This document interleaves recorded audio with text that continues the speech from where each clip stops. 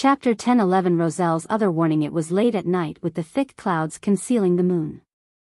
It was dark across the Backlund Bridge.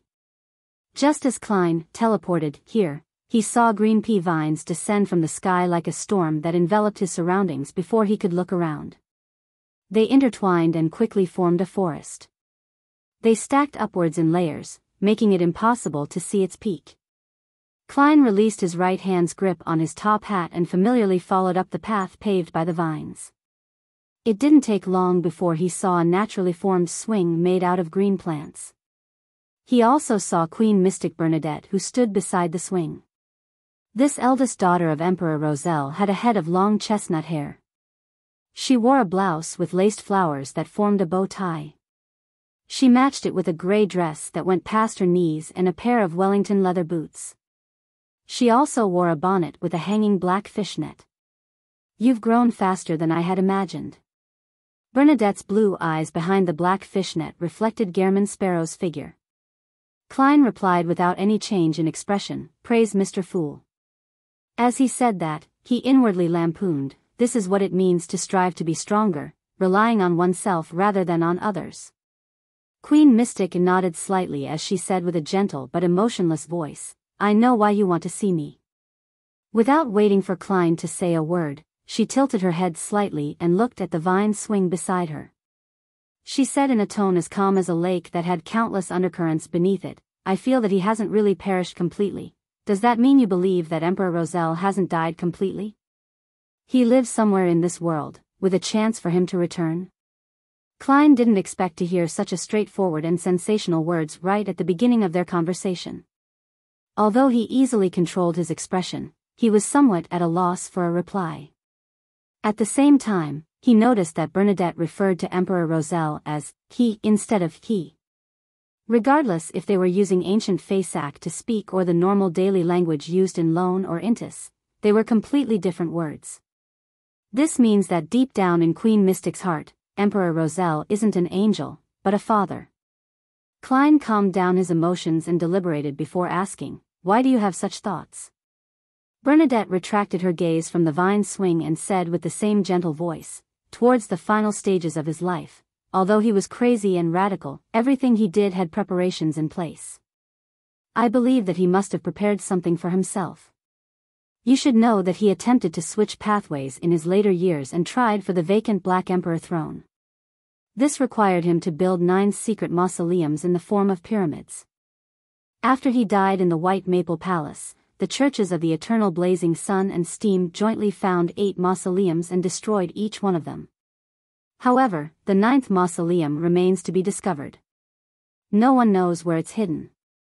If he had already become Black Emperor, he can definitely awaken inside that mausoleum. If he fails, I believe that there's a possibility of using it for his resurrection." Bernadette's voice softened as she spoke. Towards the end, her voice was ethereal and nearly indiscernible. "You aren't that confident either." "It's mostly a kind of hope and expectation." Klein sighed. Suddenly, he recalled the words by King of the Five Seas Nast. Emperor Roselle liked to stand in front of a particular floor-to-ceiling window and look to the west. From Roselle's diary, Klein knew that he had discovered the abyss's entrance in the fog sea west of Intis. There, he had found a primitive island and believed that it was filled with oddities and was worth exploring. Could it be that Emperor Roselle built the last secret mausoleum in the abyss or on that primitive island? Klein thought for a moment before smiling. "You seem to understand the Black Emperor pathway very well." He suspected that Emperor Roselle had left the Black Emperor card as a bookmark and had used Bernadette's name in ancient Faisac as the activation incantation because he partially wanted to inform his daughter of the corresponding ritual. In the end, Bernadette had seemingly grasped the information via other means. The lips behind Queen Mystic's fishnet veil produced a slight curl. "I've already investigated this matter for more than a century. And to figure out the details, I've suffered the infusion of knowledge from the hidden sage. I can tell that you, and Mr. Fool who's backing you, have a deep understanding of this. I've always been curious why you're so interested in his matters. From the current situation, and in terms of seniority, you could call me uncle. The Emperor and I might very well be roommates who had been hung up for many years. Klein lampooned to relieve his emotional upheavals. However, he replied in a calm tone, "You can raise this question to Mr. Fool." He didn't plan on telling Bernadette that the 9th secret mausoleum might be somewhere in the Fog Sea, very likely to be on the primitive island, or in the abyss. It was more suitable for the fool to answer the question. Queen Mystic wasn't surprised by Gehrman Sparrow's response. She cast her gaze west to a certain spot far away. Although he couldn't see Bernadette's gaze, Klein could vaguely sense that this lady was looking at the place where she had her childhood. She was looking at her spiritual home, the home where she could no longer return to. At that moment, in the green vines and deep darkness, there were a lot of subtle emotions and dreams that hid deep in the heart, fermenting. In just a matter of seconds, Queen Mystic retracted her gaze and gently said, "After my matters in Backland ends, I'll pass a few pages to Katlia and get her to ask the question on my behalf." "Why don't you ask next week?" Klein didn't hide his puzzlement. Bernadette calmly replied, "I feel that the answer will affect my mood, and a bad mood will result in my failure." A failure because of a bad mood? What sort of matter has such strict requirements? A clash with a demigod of the mind domain? Or perhaps, after she resolves the knots in her heart, will she have the confidence to attempt to become an angel? Klein nodded in thought without pressing. This was a secret of hers, something that it was best not to ask about unless necessary. Queen Mystic then said, "When he wrote those few diary pages, I was sitting opposite him. I wanted him to teach me how to interpret and write those symbols. He didn't agree to it and only ruffled my hair. Back then, I was already of age. I can tell that he was worried, apprehensive, and in a difficult position when he wrote those pages. Finally, he told me that if I can really become an important figure of the mysterious world as Zeradol predicted, I must make sure to remember, be careful of the spectator. Be careful of the spectator." Klein couldn't help but inwardly repeat Roselle's warning. He believed that the Emperor wouldn't be broadly referring to the beyonders of the spectator pathway. He was definitely pointing to a particular special existence, some special matter, or both. Emperor Roselle was a member of that ancient secret organization. That ancient secret organization's founder and leader is. Klein's eyelids twitched as he didn't dare to think any further, afraid that a particular existence would hear his thoughts.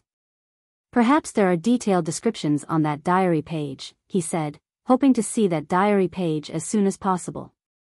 "I know." Bernadette nodded. She didn't continue on the topic. After 2 seconds of silence, she said, "I should thank Mr. Fool and you on Katlia's behalf. Obtaining the blood of a snake of fate is very helpful towards her future. Although the advancement ritual of a mysticologist doesn't have any requirements on the mythical creature's pathway, the best choice is still the fate pathway.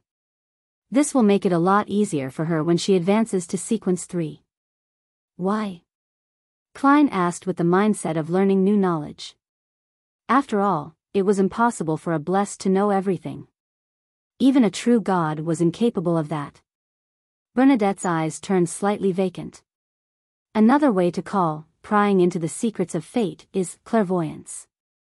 The mystery prior's sequence 3 is called clairvoyant.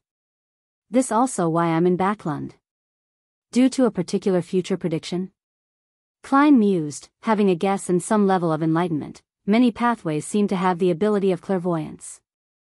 The corners of Queen Mystic's mouth curled up slightly as she sighed and said, "In ancient times, many Beyonder creatures believed that gathering similar powers would lead to a qualitative change and breakthrough, but all of them went mad without exception or lost control.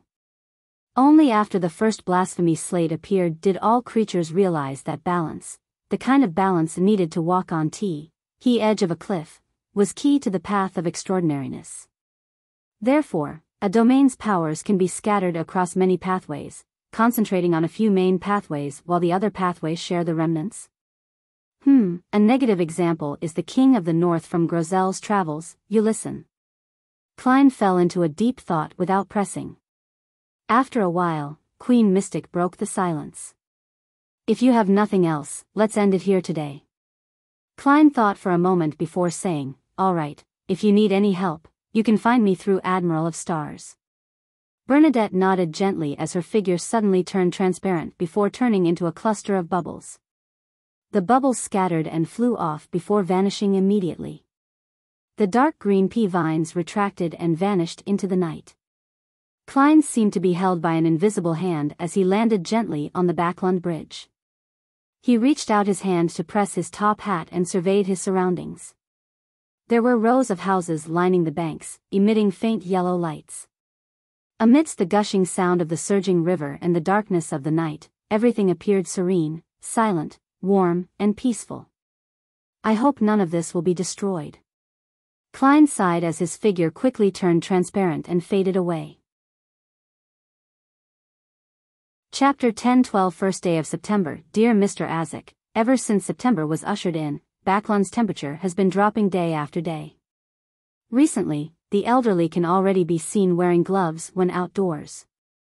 Just like last year, the smog has begun to envelop the city. This would happen 1 to 2 days a week, or even more.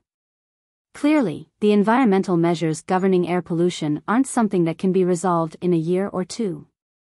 It will take at least 5 years. Something that should be worth being happy about is that the pungent smell in the air has already lessened significantly. My sanguine friend is very pleased with such weather. Another delightful change is that more and more students, postmen, and technical workers have bought bikes. The number of carriages on the streets has decreased, implying that the smell of horse feces and the stench it brings is no longer the main pollutant in Backlund's air. Of course, they still occupy a rather important position. As you know, those ladies and gentlemen who think highly of their standing wouldn't casually lower their own standards of one. However, based on my observations, their kids are gradually having a growing interest in bikes. I've been leading a normal life during this period of time. I go to St. Samuel Cathedral and the Lone Charity Bursary Foundation a few times a week, participating in their activities and continuously donating cash. I occasionally visit the turf club, watch plays and orchestras, or play cards or golf at the club. During weekends, I either participate in balls, banquets, or saloons. I forgot to mention that I've already bought a manor. It formerly belonged to Duke Negan and is called a Mager. It has its own excellent vineyard and brewery, as well as a huge forest and plantation on it. It can be used for farming and hunting. Its main building has a huge rectangular shape with 4 stories. It has a large number of rooms, and a casual tour of the place without walking out the door would take me more than 10,000 steps. At the same time, it also has a large number of sculptures, oil paintings, decorations, and exquisite cutlery. It's simply palatial. Perhaps my description is a little exaggerated. After all, I've never seen a real palace. This is also the first manor that I own. I still remember my time in Tingen. I lived in a rental apartment with only 2 bedrooms with my brother and sister. Every day, we slept to the smell of coal. This was introduced to me by Brigadier General Konas Kilgore. It cost me £20,000. You don't have to worry about my financial situation. I made a huge sum of money from the southern continent, and I also sold some mystical items. Currently, I still have more than £17,000 in cash and £15,000 worth of gold bars, including various gold coins, soli, and pence. I'm rather satisfied with Mager and have sent my former valet, Richardson, to be the land steward. It's now autumn, and I'm going to invite guests to enjoy a pleasant weekend there.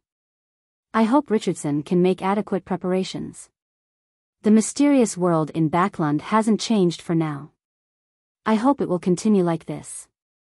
The magic mirror I previously mentioned to you has been restored to normal. However, it seems to still suffer from post-traumatic stress due to the damage Amon had dealt it. As long as I question it about what happened, it will automatically change the color of its text and give an erroneous answer and repeatedly request me to compliment it. It also has different views on leaving the Church of Steam. It seems to have decided to stay a little longer, believing that it would be safer that way. It has even thought of showcasing its danger and become a Grade 1 sealed artifact. I have to say that I'm always surprised with the way it thinks. Thanks to some of its answers, I've found a way to create pure darkness. It is to create it with a charm of the Evernight domain that has dreamworld properties. It's considered a response of the Evemite goddess and is categorized under pure darkness.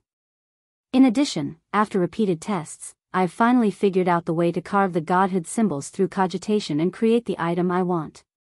Upon writing this, Klein, who was sitting on the sofa while using his thigh as his table, stopped writing and rubbed his temples. Repeated failures implied the repeated loss of worms of spirit, and every separation was a damaging blow to his spirit body. It took him a long time to recover. Therefore, in order to have redundancies to prevent any accidents, Klein never pushed himself to the limit. After separating 3 or 4 worms of spirit, he would choose to rest for a few days before beginning the engraving process. Such breaks took him this long to master the method and create a finished product. Glancing at the rectangular diamond beside him, he saw layers of complicated symbols that extended into the void from the constantly refracting light. His head felt a little dizzy as though he was witnessing a part of history. I'll call it the yesterday once more charm. Klein retracted his gaze and continued writing. The coastal regions have had another storm brewing. The 2 houses of the kingdom have entered the traditional phase of debating over bills. With the footsteps of the new year approaching and getting louder, it makes me worried for some baffling reason. May you recover quickly and wake up soon. Your eternal student, Klein Moretti. Putting away the pen and folding the letter, Klein blew Azek's copper whistle and summoned the skeleton messenger that stood nearly 4 meters tall. Unlike before, this messenger had only shown its head and 1 arm. The rest were beneath the floorboards on the 2nd floor. This made it appear significantly shorter than Klein. After all, I'm now barely considered a blessed of death. Klein handed the letter to the messenger as he watched it crumble into bones, gushing down into the ground like a waterfall. After doing this, he picked up the yesterday once more charm on the armrest. This was his first successful product, and he planned on using it first. After all, making it again was easy now that he had the experience. As for whether borrowing strength from his historical self posed any dangers, Klein had already performed a divination above the gray fog ahead of time. He believed that if it involved the real fool or the owner of the Door of Light, then he would have the mysterious space above the gray fog to block it for him. And the result of the divination was that it was very safe. After staring at the diamond-like charm for a few seconds, Klein no longer hesitated. He opened his mouth and said a single word in ancient Hermes, history. He had attempted it in the real world and not above the gray fog because he was worried that the mysterious world would sever the connection to the past. Amidst the echoing of the jarring word, Klein injected his spirituality into the yesterday once more charm. Light that appeared like scattered fur lit up, illuminating the surroundings with bright and pure light. Vaguely, a scene flashed past Klein's eyes. It was him dancing leisurely with Daily Simone beside Zangwill's corpse. It was the gray-sideburned and exceedingly handsome Dwayne Dantes. It was Gehrman Sparrow pressing down on his top hat while landing on the black tulip thanks to the blessings of the wind. It was the Sherlock Moriarty who struggled during the descent of the meteor. It was Klein Moretti who summoned sunlight when he heard the baby's cry in the Blackthorn Security Company. It was the pale university graduate who raised the revolver and aimed it at his temple. Beyond this, all the scenes vanished. All that was left was the grayish-white fog. And only when the powers of the charm were exhausted did Klein find himself at the end of that fog. Indeed, my transmigration is related to the gray fog, that mysterious space, and that strange door of light. This basically verifies it. I was sleeping in a cocoon in the past, hanging above the door of light. I've no idea how long I was in that state. Compared to his first time seeing the door of light, Klein, who had made the confirmation, remained calm as though he had long expected it. Phew. Next, I'll make 2 yesterday once more charms for Will. This charm isn't of much use to me. I won't be visiting him this week. It will incur suspicion if I feed him ice cream every week. Their maid is already looking at me in an odd way. Also, since I've mastered the cogitation engraving method of the godhood symbol, I can bring forward the creation of the extraordinary bullets made with the worms of time. Yes, Leonard said that he will be visiting Tingen in the next few days. Let's see if the power of the mutated sun sacred emblem can be stolen. Klein rubbed his forehead and left the sofa. At a previous tarot gathering, Leonard had already informed him of the 4 types of godhood symbols and magical labels he learned from Palaz Zoroast. They came from the Marauder domain, and it was said that one of them was capable of misdirecting the enemy, making them make errors in judgment. Another was to steal 3 Beyonder powers that the target had formerly used, beginning with the most recent power. The third would cause the enemy to lose plenty of vitality if the enemy could be affected by it, making them enter an aged state. Finally, one of them could create worms of time that didn't live long. They would secretly parasitize the target's body and allow the charm user to control them. Among the 7 remaining worms of time that Klein had, he had already made 3 into Fate Siphon charms and had given Miss Justice 1 and kept 2. This also meant that he still had 4 worms of time, allowing him to try out each of the 4 effects. Of course, his intuition told him that the chances of a successful product weren't guaranteed. As for Leonard's 2 worms of time, one had been made into a Fate Siphon charm. He had followed the World Gehrman Sparrow's instructions to pray to Mr. Fool and had received a reply. The other relied on Palaz Zorost's help to create a parasite charm. After busying himself with a series of tasks, it was evening. Klein had 5 successes and 1 failure. He obtained 2 yesterday once more charms, 1 parasite bullet, a deceit bullet, and a deprivation bullet. The only failure was the aging bullet, seemingly due to the inability to use sufficient powers from the mysterious space above the gray fog. Looking at the 3 similar-looking bullets that were a mix of transparency or translucency, Klein heaved a sigh of relief. He took out Death Knell and loaded the bullet. In the revolver were 3 of his control spirit bullets. After clearing the altar, he walked out of the room and headed for the 2nd floor. Upon entering the dining hall, he said to butler Walter, who was waiting for him, "Invite the guests to a hunting trip over the weekend in the city outskirts using the name list." "Yes, sir." Walter was already prepared for this, remaining stem and serious. Tingen City, 36 Zutland Street. Leonard got off the carriage as he looked at a newly built building with a mixed expression.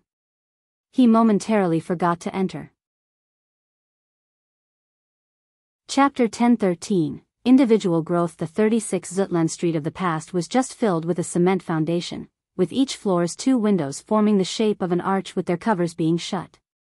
It had the architectural traits of post-1300s of the 5th epoch, and the natural lighting wasn't very good. After its reconstruction, the bottom floor had a small sheltered porch with 2 oriel windows that extended to the 2nd floor. The thinner portion of the window frames had a wall and a decorative column that supported a thin stone beam. Above the oriel window was a parapet that connected straight to the 3rd floor. This was a 3-story architectural style that had been made popular in recent years. His thoughts seemingly going adrift, Leonard had a feeling that he had come to the wrong place. After falling into a daze for about 10 seconds, he stepped into 36 Zutland Street with a silver inlaid cane. Following that, he walked up the stairs, turned around a bend, and saw the black door and vertical signboard, Blackthorn Security Company. When he arrived, he seemed to gradually find a sense of familiarity. He sped up his pace and pushed open the ajar door. A brown-haired girl who held the Tingen City Honest paper up vertically on the desk moved the papers to the side when she heard the unconcealed footsteps, revealing a smooth forehead, light brown eyes, and a pretty face. "Good afternoon, Roseanne," Leonard greeted somewhat hesitantly. Roseanne first wore a look of surprise before her expression fell. She said in an abnormally cold tone, "Good afternoon. Congratulations on avenging Captain and Klein." Leonard widened his mouth, at a loss for a response. He didn't even press down on his top hat despite his dislike of wearing hats. He forced a smile and nodded slightly. Then, he went forward in silence, passing Roseanne, planning to enter the door beyond the partition. Just as he was about to enter the office, he suddenly heard Roseanne say rather softly behind him, "Live well." Leonard slowed down his pace slightly before nodding his head heavily. When he entered the interior, he instantly saw Fry standing by the captain's office. This corpse collector still had a paleness that resulted from not being under the sun for a long while. He had black hair and blue eyes, a high nose bridge, and very thin lips. He had a cold and dark demeanor. Leonard solemnly looked at him for a few seconds before exhaling, trying hard to coolly smile. Long time no see. Good afternoon, long time no see. Fry pointed to the captain's office. I've already received the telegram and know of your request. I'll get 2 team members to carry out the operation with you. Also, you need to fill in a sealed artifact request form. Slightly surprised, Leonard said with a smile, You're the captain now. You aren't as silent as before. Leonard had actually finished digesting his Soul Assurer potion and could advance to Sequence 5 Spirit Warlock, but to obtain the power of that drop of the eternal blazing sun's blood, he deliberately kept it a secret.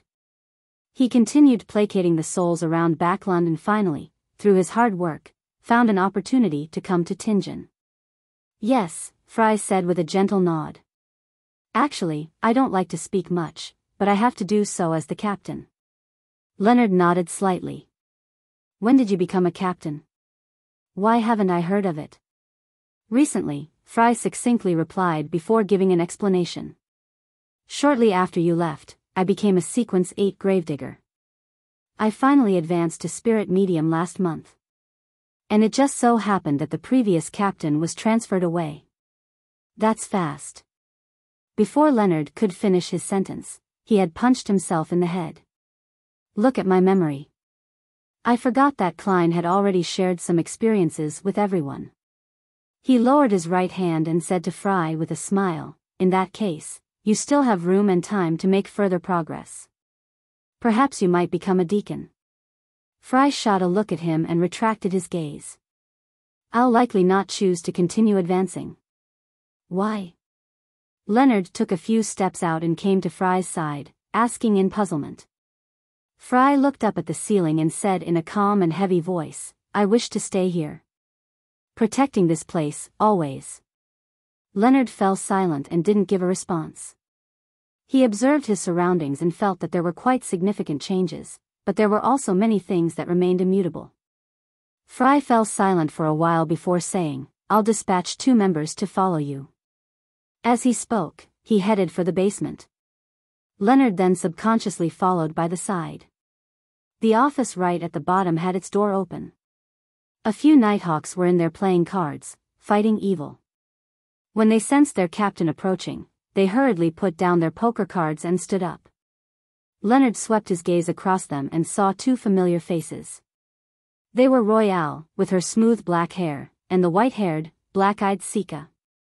At the same time, he also saw a few unfamiliar faces. He saw the pence, soli, and poker cards on the table. For a moment, he felt his mind adrift as his vision blurred up. In the Rorsted Archipelago waters, in a small harbor neighboring a fishing village, at the bottom of the future. Frank Lee rolled up his sleeves and crossed his arms, seriously looking at the mushroom in front of him. The mushroom, together with its cap, stood at a height of 1.8 meters tall. Its white surface had a few bright red spots that resembled eyes, a nose, and a mouth. Apart from that, its stem had protruding spores.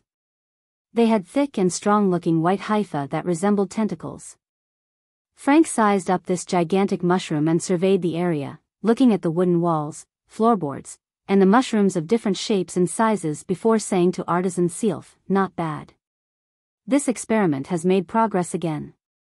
This mushroom has a strong inclination to reproduce, and this will make it hungry, making it eager to replenish itself with monster flesh and blood. Be it roasting or boiling, these can cease its activity, making it not as dangerous. How does it taste? Didn't you try it? The offspring that it produces have random flavors, beef, fish, and malt. Some are even filled with milk. One of them is enough to satisfy any requirements for breakfast. See, the crew no longer enjoy drinking anymore. There are mushrooms that can be plucked everywhere. I believe that when out in the wilderness, to fill one's stomach, one has to carry dry rations and hunt wild beasts. That's just too troublesome. If we can let our bodies grow mushrooms, wouldn't it save the hassle? Artisan Sealf was a lot thinner than back when he was in Biyao. His eye sockets were deep and his eyes vacant. They were lacking in life. Upon hearing Frank's words, he seemed to recall something as his body trembled. He silently crouched down and opened his mouth, producing retching noises.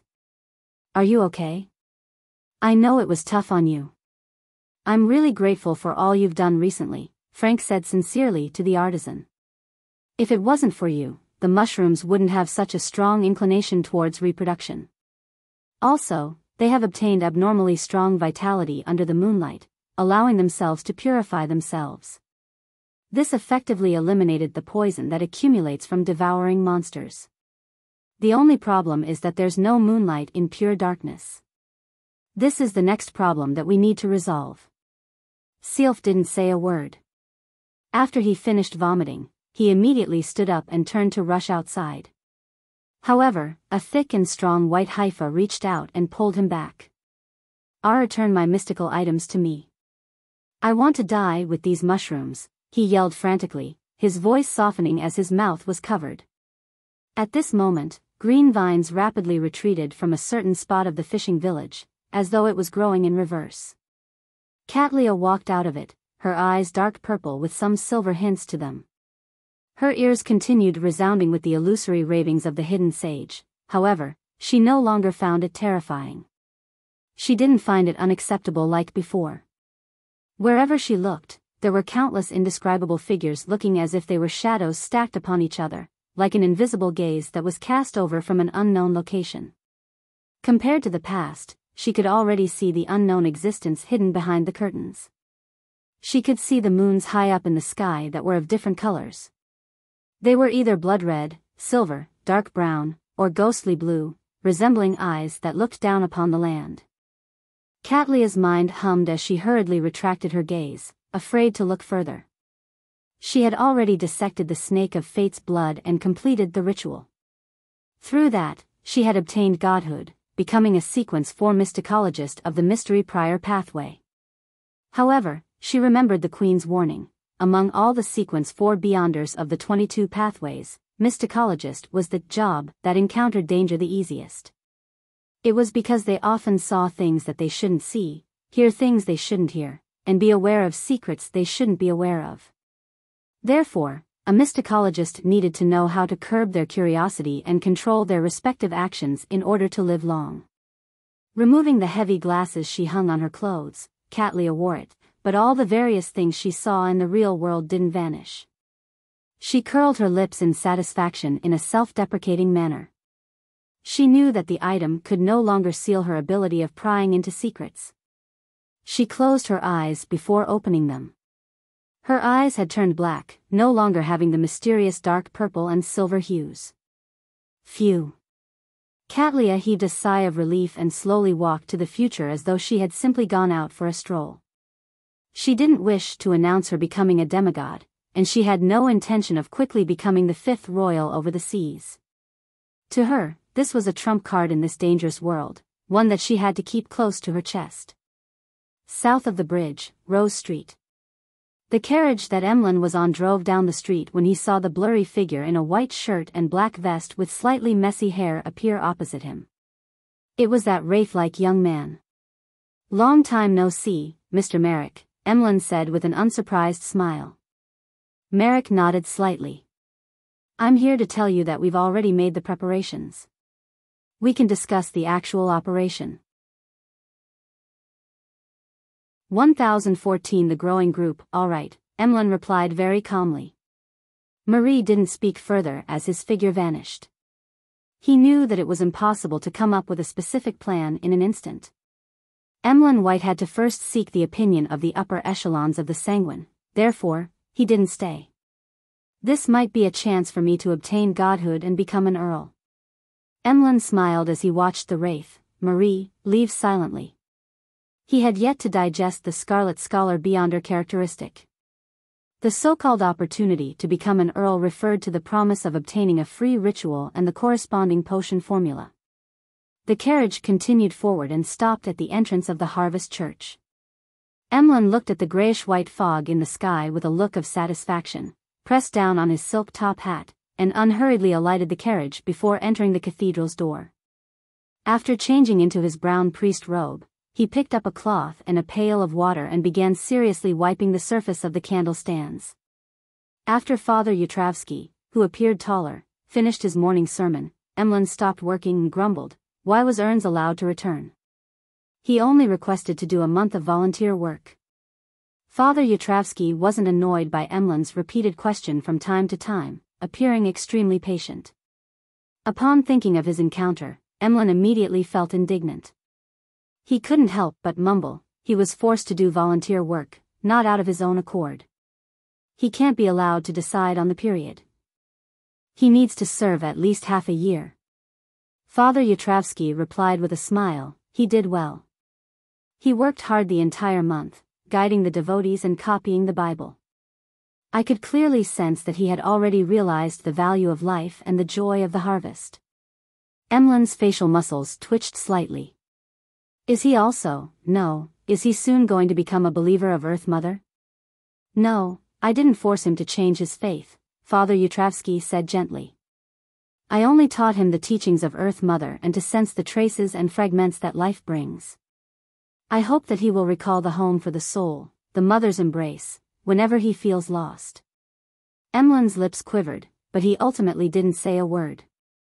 He lowered his head and continued wiping. In an apartment in Sherwood Borough. Furs sat on a high-back chair, her gaze focused on an empty glass bottle on the desk in front of her. She had finally digested the astrologer potion some time ago.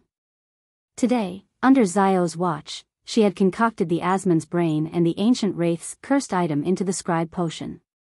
She mustered her courage and drank it. At this moment, she felt her brain rapidly expanding. The grand folds and white matter rapidly increased as her body gradually blurred, separating into individual cells. Those cells formed a haloed door that circled her brain. Furs subtly heard the familiar ravings, but they were indistinct and blurry, preventing her from identifying the exact words at all. To the experienced her, it didn't affect her in any way. After an unknown period of time, Furs finally regained control over her brain and cells and could sense her body's existence. Almost at the same time, a large amount of knowledge resonated in her mind, making her understand how to use the powers of a scribe. The mutated brain reproduced the beyonder powers used by the target before driving a portion of the vitalized cells to form corresponding symbols, patterns, and labels for complete storage. This was, I came, I saw, I record, which used one's soul as a pen and one's spirit body as the paper. At present, I can only record one beyonder power that has the influence of godhood.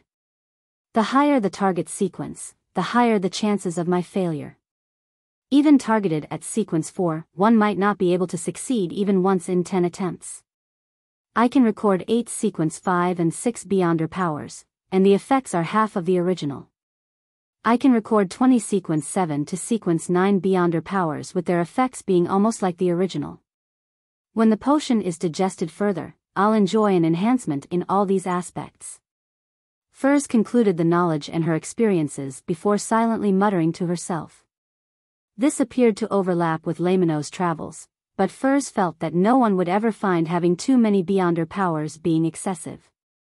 Besides, the two were complementary. After all, she could rent Lamino's travels to other tarot club members and be paid with beyonder powers. However, she was unable to rent herself out. At sequence 6, an apprentice finally has sufficient combat strength. Furs reined in her thoughts as she sighed to Zio. She then took a pen and paper and began writing a letter. Dear teacher, I'm very pleased to inform you that I've finally become a scribe. I'm just one step away from my dreams of traveling. After writing a few sentences, she saw Zio stand up and walk towards the door from the corner of her eye. She hurriedly shouted at her, Hey, shouldn't we head to a restaurant to celebrate? Zio replied in a stern manner, Your overflowing spirituality is rather serious. You'll need several days of cogitation to keep it under control. You aren't allowed to smoke or drink. Don't overly indulge yourself in your emotions. After the advice, she added, I still have commissions to do. I almost have enough to exchange for the judge formula.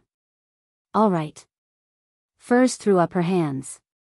After leaving the house, Biyao unlocked the chains and got onto a bicycle specially created for youths.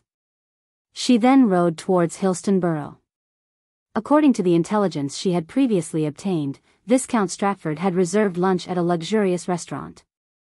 Upon reaching the restaurant, Biyao secured the bike to a street lamp and found a secluded corner to observe the people passing by. After an unknown period of time, a carriage drove through the thin fog. There was a coat of arms with a flower and 2 rings engraved on it. Biyao's focus intensified as she watched the carriage stop at the restaurant's entrance. She then saw the grizzled Viscount Stratford, who was in his 40s, get off first. He then extended his hand to the passenger behind him like a gentleman. It was a lady draped in a dark red cloak. Biyao couldn't see the lady's face and only noticed that the lady's jaw was soft and her skin fair. On the Blue Avenger at the Northern Sonia Sea. Alger Wilson's feet left the ground as he floated behind the window of the captain's cabin. He stared at the deck and distant waves outside. Having already digested a portion of the ocean songster potion, he had reported to the Church of Storms 2 weeks ago and had accumulated enough contribution points to obtain a wind-blessed potion and successfully consumed it. This also meant that he was officially a Sequence 6. Of course, he had to redigest the wind-blessed potion, but that wasn't too difficult. The biggest problem is that the commotion created from digesting the ocean songster is too obvious. I should have bought that Word of the Sea and blamed the singing on it every time. Alger sighed silently, but he didn't feel too much regret. This was because even if he wanted to buy it back then, he didn't have the money for it. Furthermore, he had figured out the way to digest the ocean songster potion. I should be able to get the information soon and confirm who that Fasak Navy officer that Mr. Fool wishes to investigate is. Alger retracted his gaze and floated back to the desk where there was a brass sextant. At this moment, 2 sailors passed by the deck while belching. There seemed to be sirens in these waters. I always hear their singing at night, one of the sailors said in uncertainty. His companion sneered. How is that possible? How can a siren sound so bad? It must be some noise produced by some sea monster. City of Silver, in the training field which wasn't as crowded compared to during daytime. A pile of blue ice was stacked there like a small mountain. Derek didn't bring his weapon with him as he stood empty-handed in front of the mountain of ice, piously praying, the fool that doesn't belong to this era. After chanting the honorific name and making his request, he looked at the chief of the 6-member council, Colin Iliad, walk towards the ice blocks from afar. Colin, with 2 swords on his back, carried a bottle of light-emitting and hot golden liquid. He watched as Derek exerted his strength to enter the ice block and bury himself inside completely without leaving a single crack. A deep and hazy darkness descended. Even with the lightning streaking across the sky, it was unable to illuminate the interior. In the blink of an eye, an indescribable surge appeared as though pairs of eyes were cast over from the depths of the darkness. Colin Iliad could clearly sense that Derek was in a deep slumber. Even though Derek was being frozen in ice that normally didn't melt and his body was trembling, he didn't wake up. Without any hesitation, he threw the potion bottle ahead of him. A wraith-like transparent figure floated above and enveloped it. This figure passed through the blue ice and came to the cramped space where Derek was. It took out the potion and placed it by Derek's mouth. Just as this action was done, it immediately retreated and left the ice blocks. Whoosh! Colin Iliad suddenly drew his sword and cleaved behind him to his right. A monster, whose rotting body was covered in eyes, burst out into yellow pus. It wasn't known where it came from. At this moment, Colin saw a radiant light emerge from the pile of blue ice. They scattered pure light, with a burning intensity, warmth, brightness, and vitality that was different from the surrounding lightning. This filled Colin's eyes as if the light had come from the Dark Ages. This City of Silver chief watched intently and was motionless for a long time until another monster emerged from the darkness. In the ancient palace above the fog. Little Sun is at Sequence 5 too. Klein heaved a sigh of relief as he cast his eyes at the crimson star representing the sun and cast it to another star. That signified Miss Justice. Over the past month or so, she had completed many of the psychology alchemist's missions and had exchanged her contribution for the Dreamwalker's potion formula. This also meant that she was about to meet Vin Rambus again. 1015 March of War Backlund, at the residence of the furniture merchant, Hamprez. Audrey once again met the counselor of the psychology alchemists, Vin Rambus. This old gentleman remained warm and elegant, his white but lush hair was neatly combed. His blue, deep eyes seemed to contain infinite knowledge. Upon seeing him, Audrey's eyes wore a vacant look before she came to a realization. It was as though she had finally awoken from a long dream and recovered her lost memories. She wasn't surprised or puzzled by this at all, accepting this fact without any resistance as if it was something very normal. "Good afternoon, Mr. Rambus," Audrey greeted with the etiquette that was flawless. Rambus nodded slightly and replied with a smile, "Good afternoon, our girl." Over the past month or so, he had gradually adopted the idea that she was the pride of the psychology alchemists and the most important girl. Audrey glanced at the diamond brooch at her chest and sat down with a smile, waiting for Vin Rambus to speak. In regard to the cue and guidance, she hadn't been affected at all due to her preparations. At that moment, when she heard Vin Rambus call her that, she wished to ignore everything, etiquette or whatnot, rolling her eyes without being afraid of being exposed. However, she ultimately held back without exposing any problems. Vin Rambus looked at Audrey for a few seconds before saying with the same smile, "You've done well during this period of time. As a reward, we've decided to give you the potion formula for Dreamwalker." As he spoke, he took out a folded piece of paper from his shirt pocket and placed it on the coffee table. He then pushed it towards the noble lady. Audrey pressed down on her skirt and got up slightly. She picked up the piece of paper and unfolded it in front of Vin Rambus. Her gaze first fell on the main ingredients before she quickly skimmed the ritual. Main ingredients: 1 Dreamcatcher's heart, 1 Mind Illusion crystal or a mature mind dragon's complete brain. Ritual: seek out a harpy in the spirit world and sign a contract with it. Then, holding 1 tail feather, consume the potion amidst intense feelings of either joy or anger.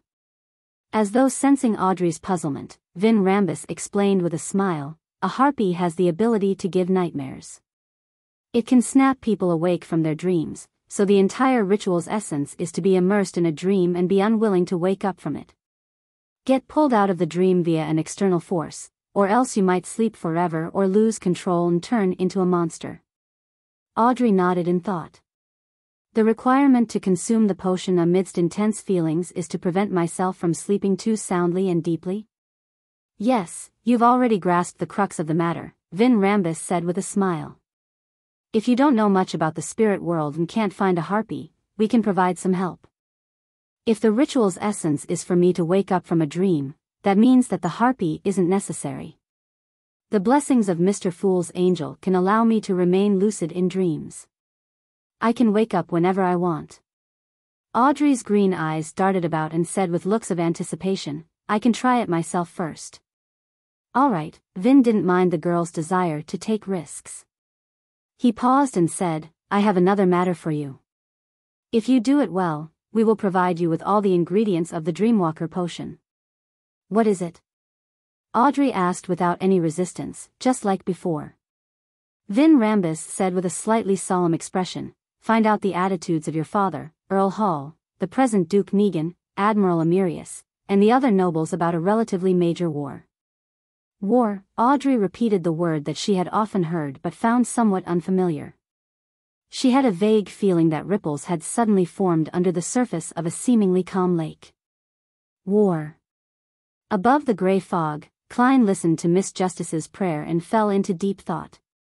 He was unable to determine whether the psychology alchemists, Hermes, or maybe even Adam, who was lurking behind them, welcomed or objected to a war. As for whether the lone king, the prime minister, and a number of nobles and the members of parliaments wanted war, the answer was relatively clear.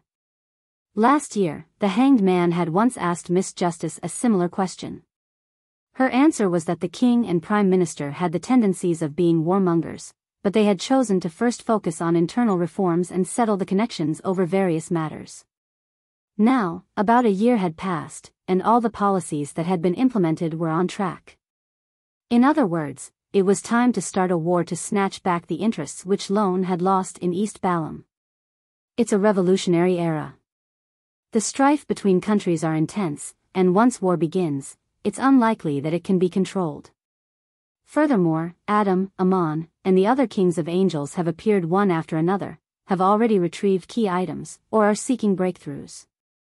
A storm is about to descend on the mysterious world, and danger is lurking. Klein sighed and returned to the real world. The next day, he first went to St. Samuel Cathedral to pray according to his schedule and donated tens of pounds.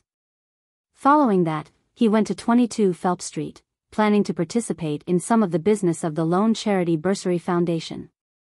The moment he stepped inside, Klein saw Miss Audrey Hall and a few of the foundation staff coming down the stairs and walking towards the door. This noble lady was dressed very simply today. Her hair was tied up into a simple bun, and she wore no other accessories. Her dress was light green in color, and her sleeves had a circle of frills. There were no laces or tassels. "Good morning, Miss Audrey." Klein took off his hat as usual and bowed. He then nodded at the staff and greeted them. After Audrey responded, Klein casually asked, "Where are you going?" He knew that Miss Justice's main role in the foundation was to seek donations from the various ladies and gentlemen in high society.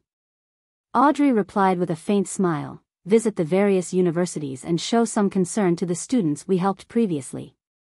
Having said that, she blinked her eyes as her smile widened. "Mr. Dantes, do you want to go together? Take a look at the children who had the chance of changing their fates due to your ideas and kindness. Oh, some of them are already young adults." Although Klein had never thought of obtaining anything in return from the Lone Charity Bursary Foundation, he truly wished that these actions could help the target group. Therefore, he was rather concerned about the progress and the actual situation. He nodded with a smile after some hesitation. "I have no way of rejecting such an invitation." The group went out the door, and under Miss Audrey's suggestion, they chose an untracked public carriage. After getting into the carriage, Klein, in a gentlemanly-like manner, let Miss Audrey sit down first. Then, he sat opposite her and asked with a smile, "You seem to be very used to it?" Audrey looked at the foundation staff beside her and said with a smile, "It's not the first time. It's impossible for us to take my own carriage every time we head out. They have to use public transportation." Upon saying that, she blushed in embarrassment and said, "The first time I was on a public carriage, I took out notes with £1 face value. The lady who collected the money got me to buy a few copies of newspapers before going back to her." "Oh, it's cleaner than I imagined. The smell of the air isn't that unbearable either." Klein nodded slightly and said, "This is because the truly poor are unable to take public transport like this. They'd rather walk. Under normal circumstances, they don't have to head out, nor do they go somewhere too far. Mr. Dantes, you seem to be familiar with such matters?" Although Audrey had guessed the reason, she still asked in front of others. Klein smiled. "Although I've never experienced it directly, I've seen too much of it." Audrey didn't continue on the topic. Instead, she mentioned to the beneficiaries that they were visiting to confirm their education and living conditions. Amidst their idle chat, they arrived at their first destination, Backlund University of Technology. Based on Audrey's identity and Dwayne Dantes's social relations, they met the chancellor of the newly established university directly. He was a resident of 100 Backlund Street, Mr. Portland Moment.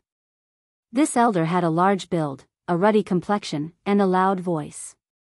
Whenever he talked to his neighbor, Dwayne Dantes, and the distinguished Miss Audrey about the university's establishment, he would complain about the Higher Education Commission from time to time. Audrey and Klein listened with a decent smile and occasionally echoed his words. Finally, they found an opportunity to raise the need to begin work. Portland was just about to get his secretary when he suddenly heard someone knock on his office door. "Please come in," the chancellor said loudly. The door opened without a sound. A black-haired, brown-eyed girl entered. She didn't doll herself up and was rather thin. She had nice facial features, and she looked to be 17 or 18. Klein's gaze suddenly deepened before he reined it in. The girl hadn't expected the Chancellor's office to have guests. In her anxiety, she hurriedly lowered her head and said, "I'm sorry." "It's fine."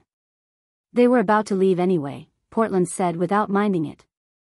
"Have you finished the item I got you to make last week, Fies?" The girl walked through the door and stood to the side. Portland moment then smiled at Dwayne Dantes and Audrey. "Her name is Melissa Moretti. She's very talented with machinery.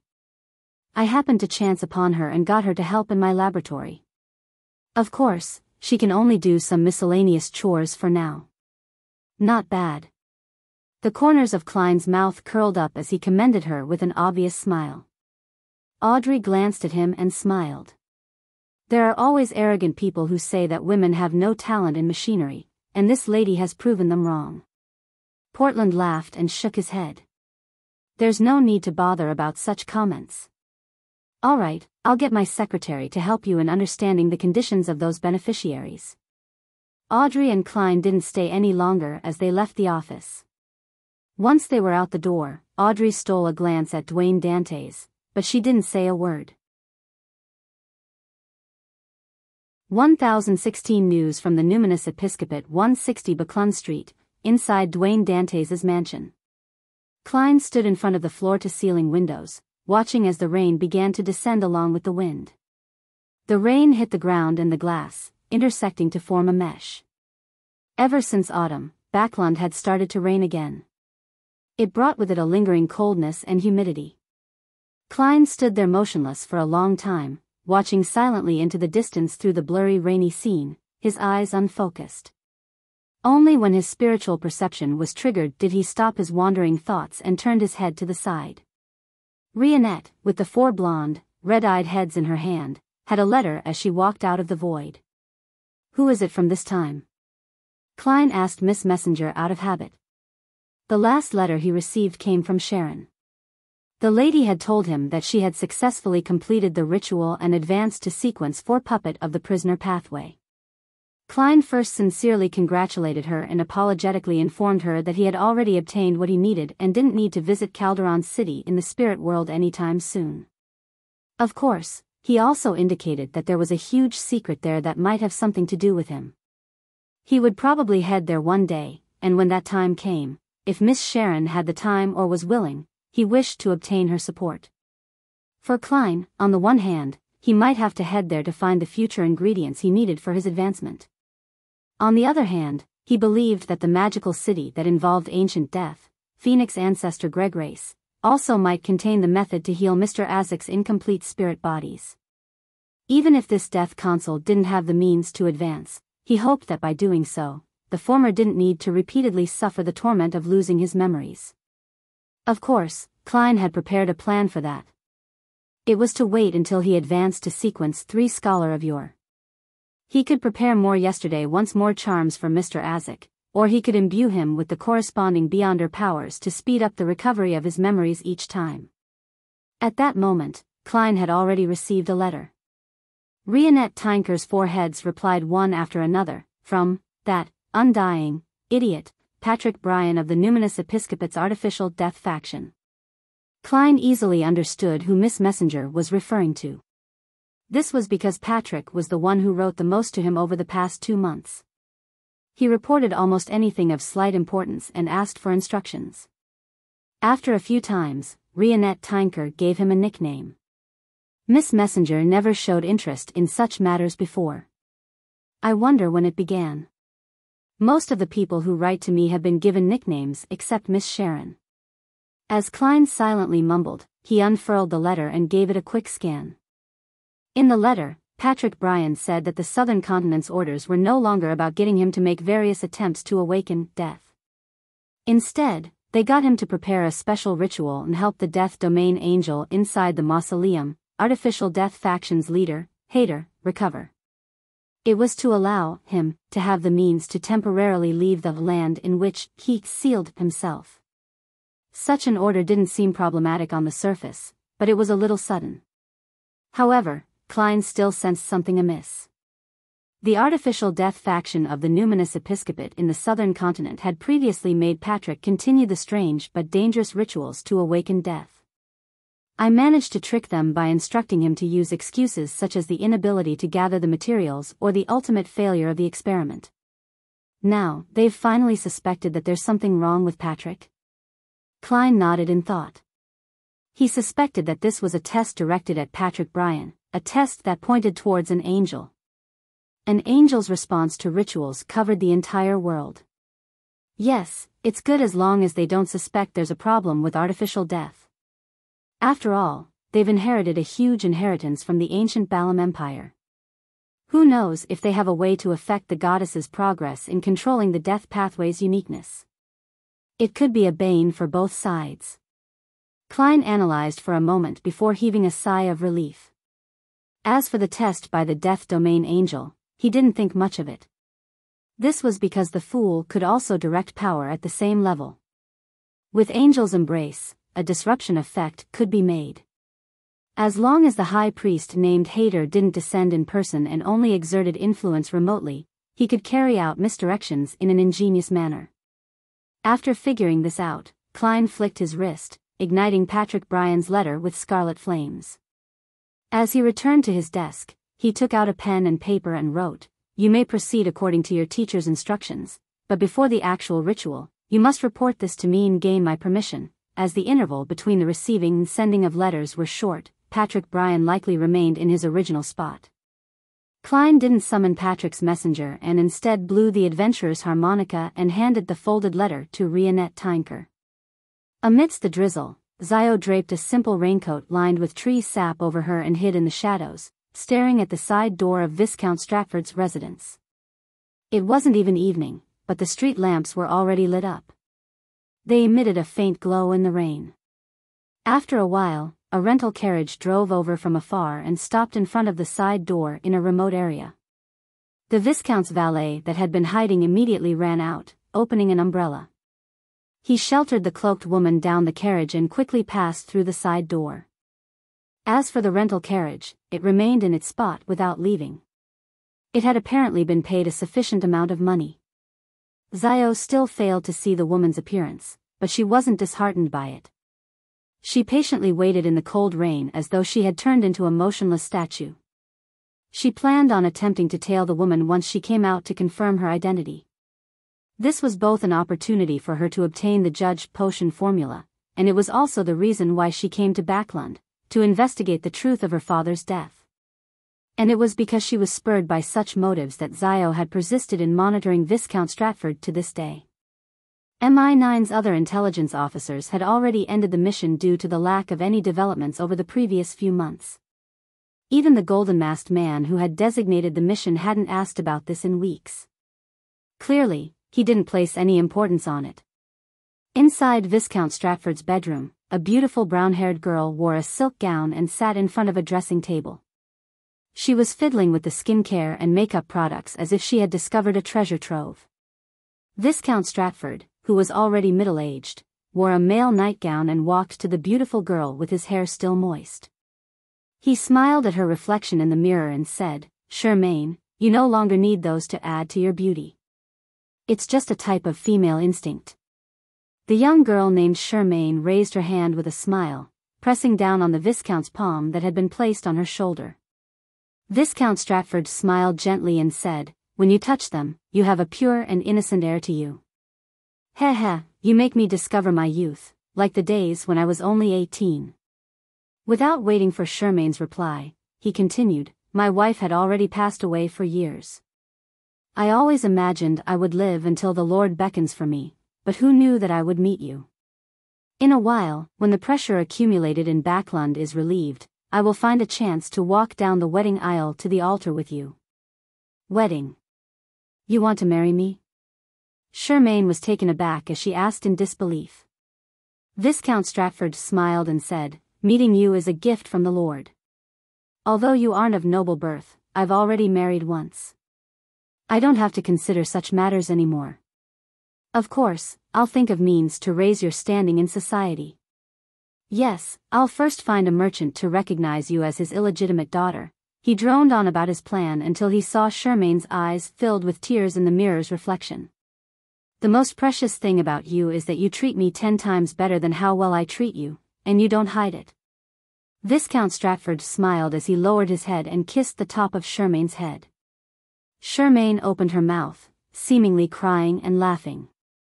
Only when the drizzle stopped and night fell did Biyao finally wait for the woman in a dark red cloak walk out and board the carriage.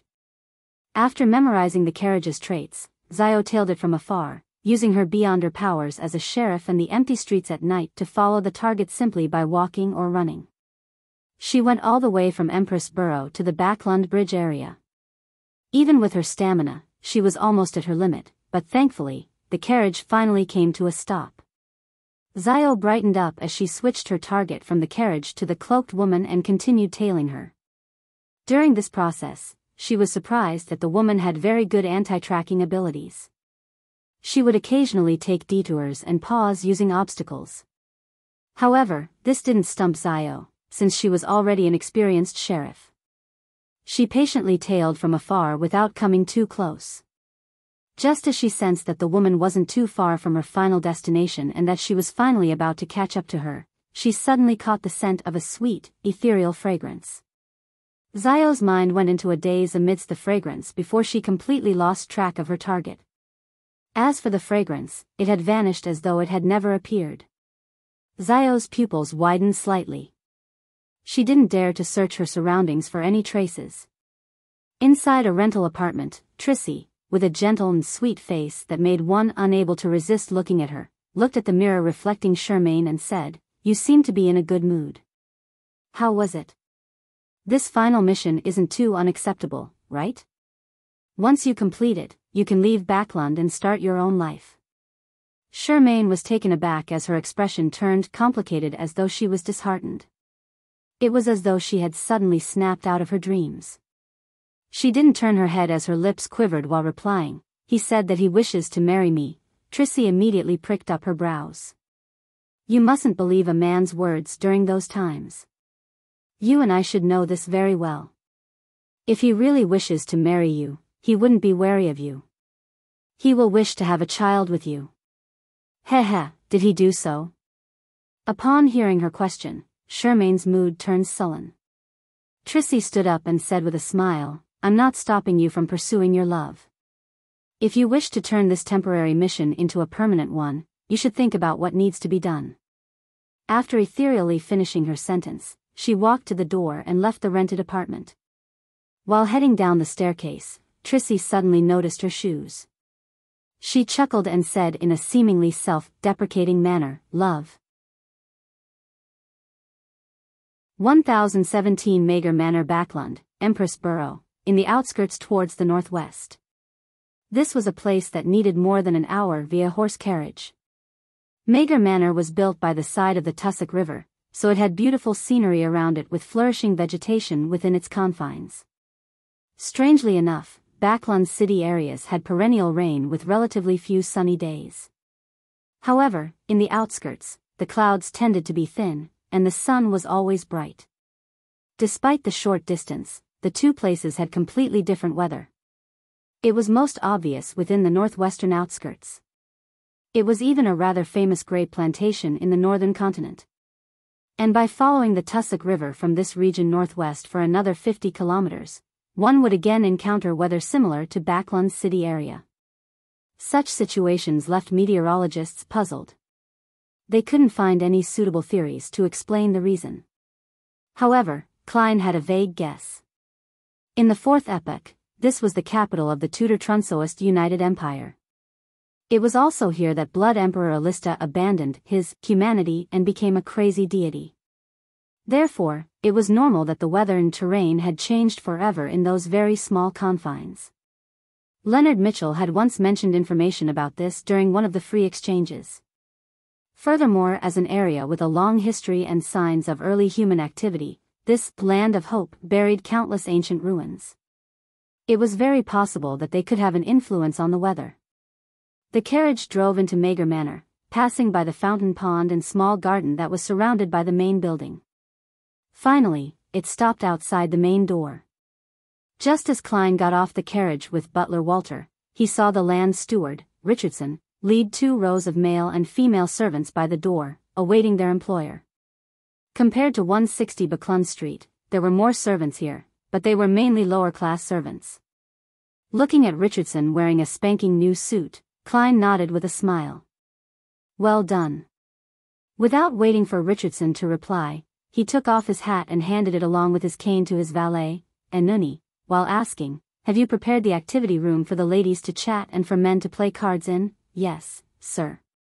Yves placed poker cards, tarot cards, and some board games. The piano, violins and other common musical instruments have also been moved inside, Richardson answered eloquently. Klein passed through the door and nodded. Where's the smoking room for the gentlemen? Like the ladies, it's all on the 2nd floor. They're separated by 5 rooms. Richardson didn't need the servants in the manor to remind him.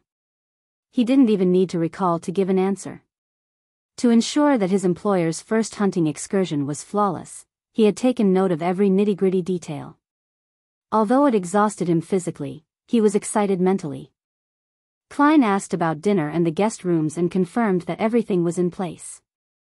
Before long, he received the first batch of guests after Mager Manor had a change of name, now known as Dante's Manor. Member of Parliament Mocht and his family.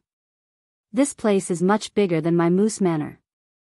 Mocht took off his coat with a smile and handed it to a servant while praising, "I've always heard of Mager's wine being of excellent quality, but I've never had the chance of tasting it. I can finally have my curiosity satisfied today. I hope you won't be disappointed." Klein smiled modestly. As a famous area for grape plantations in the northern continent, champagne, red wine, and white wine were considered the finest in Backland's northwestern outskirts. But with the manor here mainly owned by the nobles, self-brewed alcoholic beverages were typically not sold to the public. Therefore, it was almost unheard of. Only people from high society or those related to them would know of this. Mager was one of the most iconic manors. The wine that it brewed was widely praised by people in the know. Red wine of certain years was even offered at more than £100 a bottle by collectors. However, for Klein to be able to buy this manor for £20,000, he naturally had to agree to certain conditions. All the wine from certain years were to be taken away by Duke Negan's servants. Mocht was rather clear about this and didn't expect to drink famous wine commodities. He said with a laugh, "You can open a few bottles and pour a small glass of each for me. Let me decide which of the remaining wine is most spectacular." As a member of high society, he had never tasted the wine of Mager Manor. The reason was simple: he was a member of the new party, and the previous owner, Duke Negan, was the main sponsor of the Conservative Party. "No problem," Klein immediately agreed as his gaze swept across Hazel's face. Compared to July and August, this girl had clearly cheered up. She no longer felt apprehensive when facing strangers. Previously, it was as bad as not willing to participate in any banquets or balls. This made those familiar with her think she was sick. And this was all thanks to Audrey. Whenever she met Dwayne Dantes at the Lone Charity Bursary Foundation, she had mentioned that she had recently met Miss Hazel Mock twice. Such communication didn't seem problematic at first glance since Hazel was a common acquaintance of Audrey and Dantes. Finding a topic about a common friend was common in idle chatter. However, Klein could read Miss Justice's hints and understood that she had met Hazel twice at different balls and banquets and had treated her twice. After getting Mock's family settled in, Klein welcomed the second batch of guests for the weekend hunting trip, Brigadier General Conas Kilgore, who had come with a friend that he had previously mentioned. Klein knew this friend, but he didn't know Dwayne Dantes. He was a steam car mogul, from his cage. He was one of the main investors of the bicycle project. He had relied on a lawyer suspected to be a Beyonder with the lawyer sequence and had bought the 10% shares from Sherlock Moriarty at a cheap price. Since he's related to a lawyer, it can be explained how he's an Earl of the Fallen's friend. Klein went forward with a smile and hugged Brigadier General Conas and from his cage. "Welcome." He then stepped back and said to the portly, light blue-eyed Frommiz, who was a quarter-face sack, "I heard your steam car is very famous. Why didn't you drive it over? Before Frommis could answer, the manly Konas Kilgore said with a smile, no, you don't understand him. He will never give up the chance to showcase his steam car. However, the car is too heavy. On the way here, it fell into a ditch and couldn't be pulled out. Thankfully, I never believed his claims and rode on a carriage myself, following behind him. Otherwise, he would have had to cover the remaining distance on foot. The main problem is that our roads are terrible. They need to be renovated and rebuilt. They need metal tracks to be paved, just like steam locomotives. Frommis retorted and threw his hands up. I was planning on seeking some investments from you. We can talk about it later. You were the one who invested in us previously, but now you're asking me for an investment. Only then did Klein realize that he was a rather famous tycoon in the upper class of the kingdom. He had donated shares worth more than £10,000 and had purchased an expensive manor. He had also established connections with the military, so it was obvious he was rich. But in fact, my current net worth is only 50 to 60,000 gold pounds, perhaps a tenth of Miss Justice's wealth. I wonder when I can really become a tycoon with a net worth of £1,000,000. Klein thought in a self-deprecating manner. After some thought, he said, it's fine. I'm very interested in the fusion of machinery and steam. When I'm free, I can take a look at your steam car. Spectacular, Frommis immediately said with a smile. If I didn't know that you had donated a large sum to the Church of Evernight, I might even think of you as a believer of the god of steam. I've drawn the triangular sacred emblem on my chest in the past after all. Klein didn't continue on this topic, afraid that Konas would discover his intentions. He pointed to the staircase and said, why don't you head to the smoking room to try some of the prized cigar collections here? It wasn't until I bought this manor that I learned that there was a room specially for storing cigars. Its temperature and humidity are maintained, but as you know, I can smoke, but I don't like it. Not bad. Do you have chieftain? Konas Kilgore's face suffused a smile. Of course. Klein gave a positive answer. There was only one goal in organizing this hunting trip. It was to hunt this Brigadier General, Deputy Director of MI9. Therefore, he had taken into consideration all his preferences. However, Klein wasn't in a hurry to take action for this hunting trip. This was because he still lacked an understanding of Konas Kilgore's actual strength as a hidden demigod. He needed more gatherings and hunts to figure out his preferences, level of alertness, and the items he brought with him. As a magician, Klein didn't perform unprepared. In an apartment in Sherwood Borough.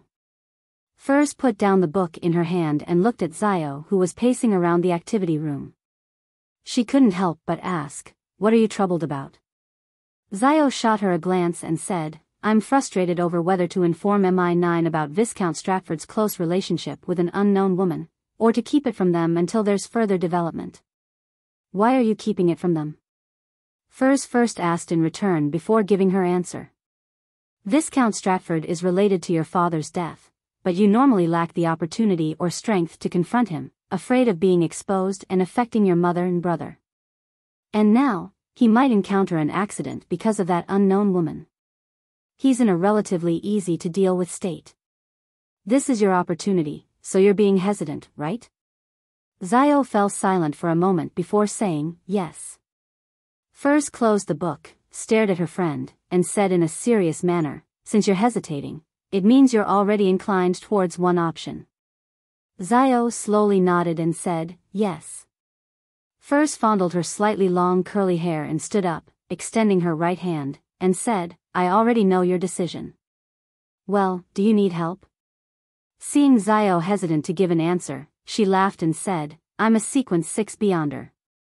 Without waiting for Zio to answer, she looked around. If you're worried, we can still seek additional help. She was implying that they could get help from the members of the Tarot Club. Zio thought about it and exhaled. Not for now. Let's try it first. Let's head out now and continue monitoring Viscount Stratford. Now? Furs was taken aback. All right. But before that, let me use the crystal ball to do some astromancy to confirm the level of danger. After some work, she held the pure crystal ball in one hand and said, there's a certain level of danger. 1018 Unexpected Empress Burrow, by the side of Viscount Stratford's mansion.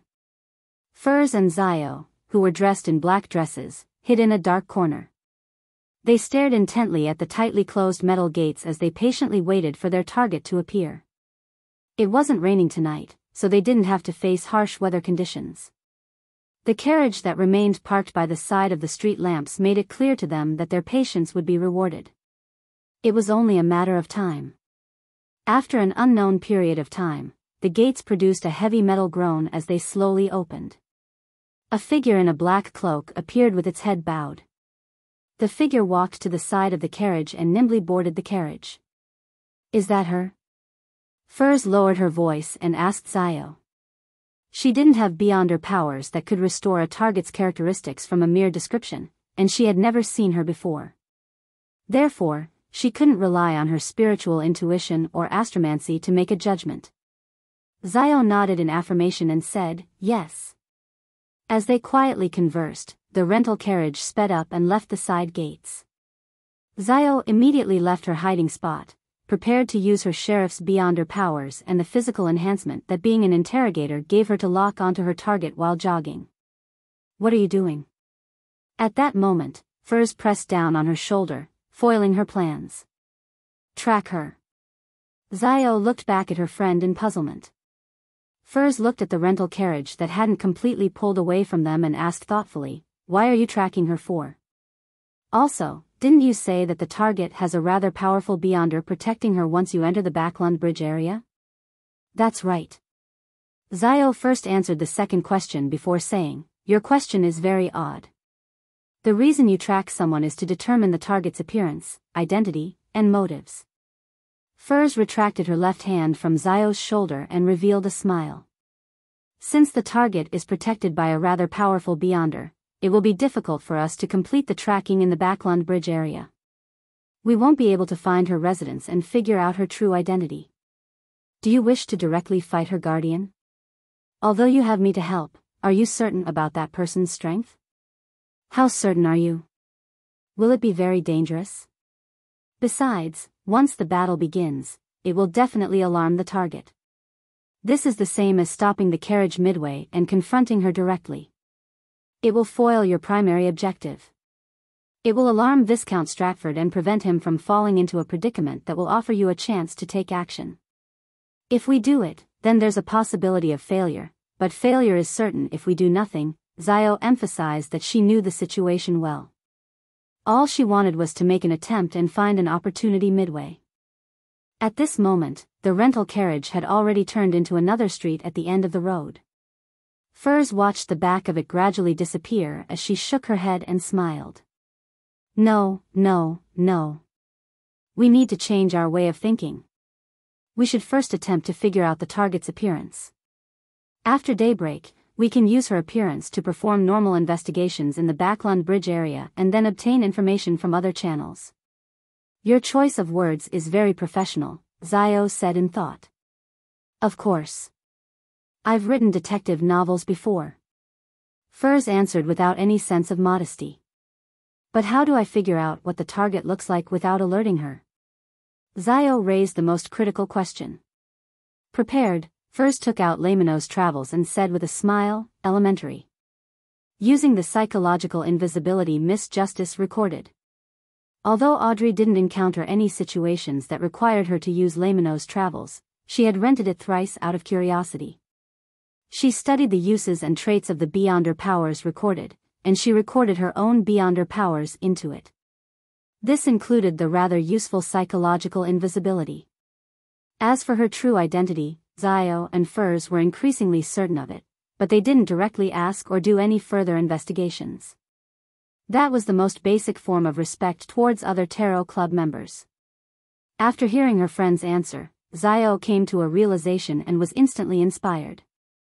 Furs continued, by using the beyonder powers on this page, you will be placed in the sensory blind spots of all surrounding creatures. They wouldn't be able to see you even if you were to jump around in front of them. That way, you can directly board the carriage and stand in front of the target, openly taking in her appearance and remember all her traits. Heh heh, I sometimes think that people who use psychological invisibility might end up being squashed to death by huge creatures that happen to walk past if they're unlucky. Don't make too much noise later. Don't speak to any nearby creatures, or else you will garner attention. Let psychological invisibility be dispelled automatically. Yeah. Xiao nodded, then she raised another issue. How do I prevent the target from discovering the sudden opening of the carriage door while it's driving? Without waiting for Furza's reply, she immediately pressed, Did you record the door opening beyond her power? Guess. Furz smiled as she handed Lamino's travels to her friend, telling her which pages psychological invisibility and door opening were on. With this in mind, Xiao immediately ran amidst the shadows, chasing after the rental carriage. Before long, she saw her target. Her right hand immediately trembled as she made the bronze-green notebook reveal a yellowish-brown goatskin page. She slid her fingers gently, and Xiao seemed to see countless rippling light appear on the surface of a deep lake spread outwards. When her vision returned to normal, she sped up and rushed to the side of the carriage. To ensure nothing went wrong, Xiao didn't immediately take action. With a few wide strides, she overtook the horse. She then turned around as though she was crossing the road. However, the carriage driver didn't notice her, nor did he shout out to her or rein in the horse. After confirming the effects of psychological invisibility, she sped up and dodged the horse's galloping and came to the side of the carriage. After a brief observation, she flipped through Lamino's travels and revealed a white page covered with strange patterns and symbols. Then, she reached out her right hand and pressed it on the surface of the carriage. Her figure instantly turned transparent as she appeared inside. The woman in a black cloak was sitting diagonally opposite her as if she was in thought, staring at the glass window where Xiao stood. However, she didn't notice the bounty hunter who had suddenly infiltrated. At such a close distance, even with her cloak lowered, Xiao was able to see her face clearly. Furthermore, the woman wasn't as careful as she was while walking outside. Her every action appeared rather casual as the hood was only at her eyes. Instantly, her appearance was reflected in Xiao's eyes, overlapping with a face that still had some male characteristics. This was a beyonder power of a sheriff. Xiao's eyes widened as she couldn't help but shout, Sherman. She could foresee that the woman who often entered Viscount Stratford's residence was rather beautiful, but she never expected the woman to be her friend, Sherman. He was once a young man. A man who wasn't considered androgynous now looked beautiful. He had the charm of a woman. At that moment, Xiao couldn't help but size up Sherman. She couldn't associate her figure with the young man she used to know with each other. If it wasn't for her sheriff beyonder powers that allowed her to confirm that the person opposite her was Sherman, Xiao definitely would have imagined that she had made a mistake. And even so, she still suspected whether the person wasn't Sherman and was instead Sherman's twin sister. Upon hearing the surprised question, Sherman realized that there was another person in the carriage at some point in time, someone familiar. Bounty hunter, Xiao Dericha. Having already changed her name to Shermaine, she was first alarmed, but the words Trissy often mentioned instinctively appeared in her mind. You cannot meet people you used to know. Do you want your husband, your beloved, to know of your former state? Only by completely severing your connections can you be reborn, doing so in order to save yourself. Such words quickly flashed across Shermaine's mind as a terrifying thought emerged in her thoughts. Kill her. This thought seemed to come from a demon in the abyss as it constantly whispered in Shermaine's ear as it resonated in her heart. Kill her. Kill this person who recognized you. Only by doing so can you truly escape the past and not lose the present. Kill her. Shermaine didn't answer Xiao's question. Her left hand slowly clenched up while slightly trembling. Xiao sensed the intense emotions running through the person opposite her and confirmed that it was Sherman. Immediately, she asked in concern, How did you become like this? Where have you been all this time? Did you encounter something? Were you hurt? Shermaine's lips quivered as her left fist relaxed a little.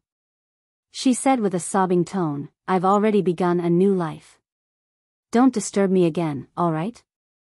I don't want to lose everything I have now. I don't want to see people that I knew in the past. The more she spoke, the faster it became. It became obvious that it was a plea.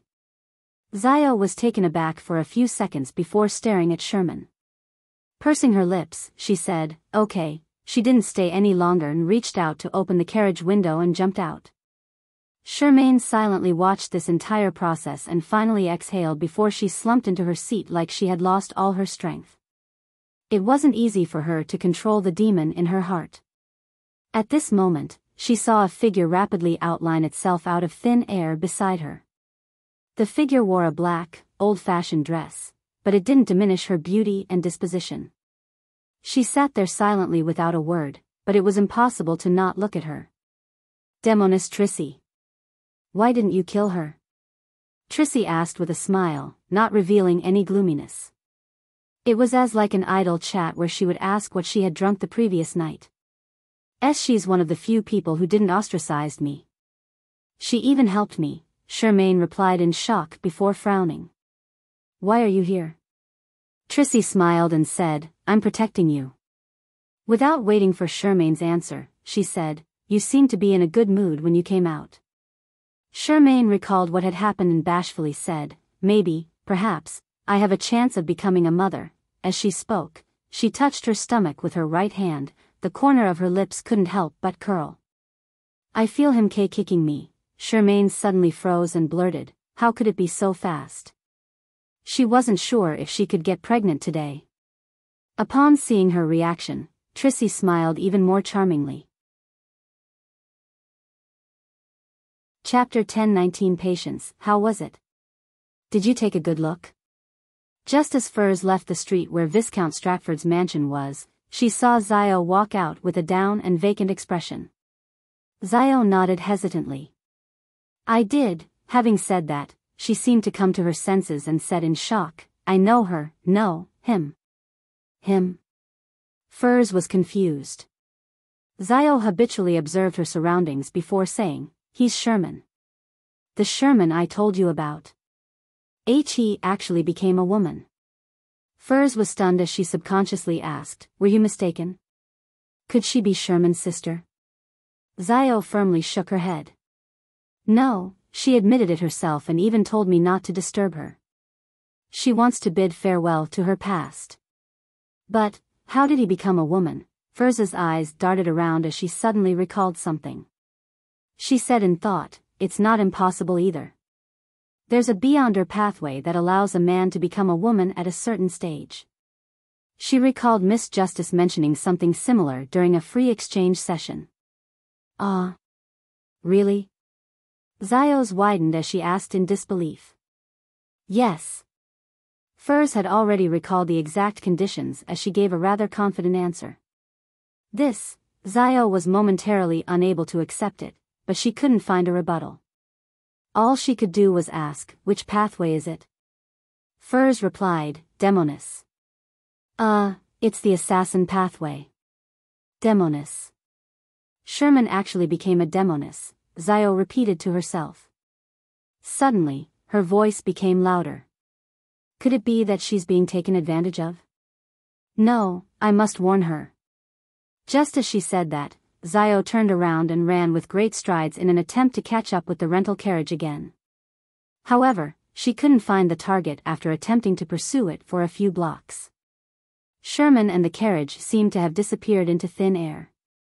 Xiao gradually slowed down and finally stopped. She looked at the bustling streets ahead of her with a complicated expression. Behind her, Furs passed through a few walls and finally caught up to her. Gone, Xiao whispered. Furs also cast her gaze forward and thoughtfully replied, we were discovered. Without waiting for Xiao to speak, she turned around and sighed. Let's return and find another opportunity. Xiao didn't take a step forward as she continued standing there. After a few seconds, she said under Furs's puzzled gaze, since they discovered a problem, will they speed up their plans ahead of time? It's possible. If they don't wish for their plans to be foiled, they might attempt one final strike tonight before we're prepared. Furs immediately agreed with Zio. Let's return to Viscount Stratford's place and hide in a more concealed spot. We'll continue monitoring it. Zio immediately nodded and replied without any hesitation, okay. In the dock area, inside a warehouse with plenty of goods, Charmaine was sitting on a dirty wooden crate. Her hands were crossed behind her back as her body had thin but firm spider webs coiled around her. She appeared as though she was encased in a transparent cocoon, unable to make a single sound. It's not a bad thing for you. Trissy stood in front of Charmaine with a pitch-black flame that resembled ink burning in her palm. At the very least, you can determine if he really loves you or is lying to you. Charmaine was angry and afraid. She desperately used her whimpers to express her wish, but Trissy was unmoved. She turned her flame-wielding palm around and pressed it into Charmaine's stomach. The flames seemed to have intelligence as they scattered like flowing water. Following that, they penetrated her skin and flesh in an attempt to drill inside. Trissy's smooth, black hair flared up in defiance of the laws of nature. They were being pulled by invisible hands as they extended out in every direction. It stained the surrounding air with a peculiar smell. The strands of hair thickened as they scattered into distinct strands. Beneath them, dark beams of light surged, bringing about curses and words. They flowed rapidly, fusing into the pitch-black flames. Upon entering Charmaine's stomach, they quickly vanished. Charmaine's face twitched uncontrollably, but she didn't feel any pain. It was as though it was purely on reflex. She soon calmed down as she saw Trissy's figure turn faint and gradually turn transparent until it vanished. Charmaine's pupils widened as she struggled again, but she was unable to break free from her restraints. She tried again and again like a flood was rising, centimeter by centimeter, inside the silent warehouse.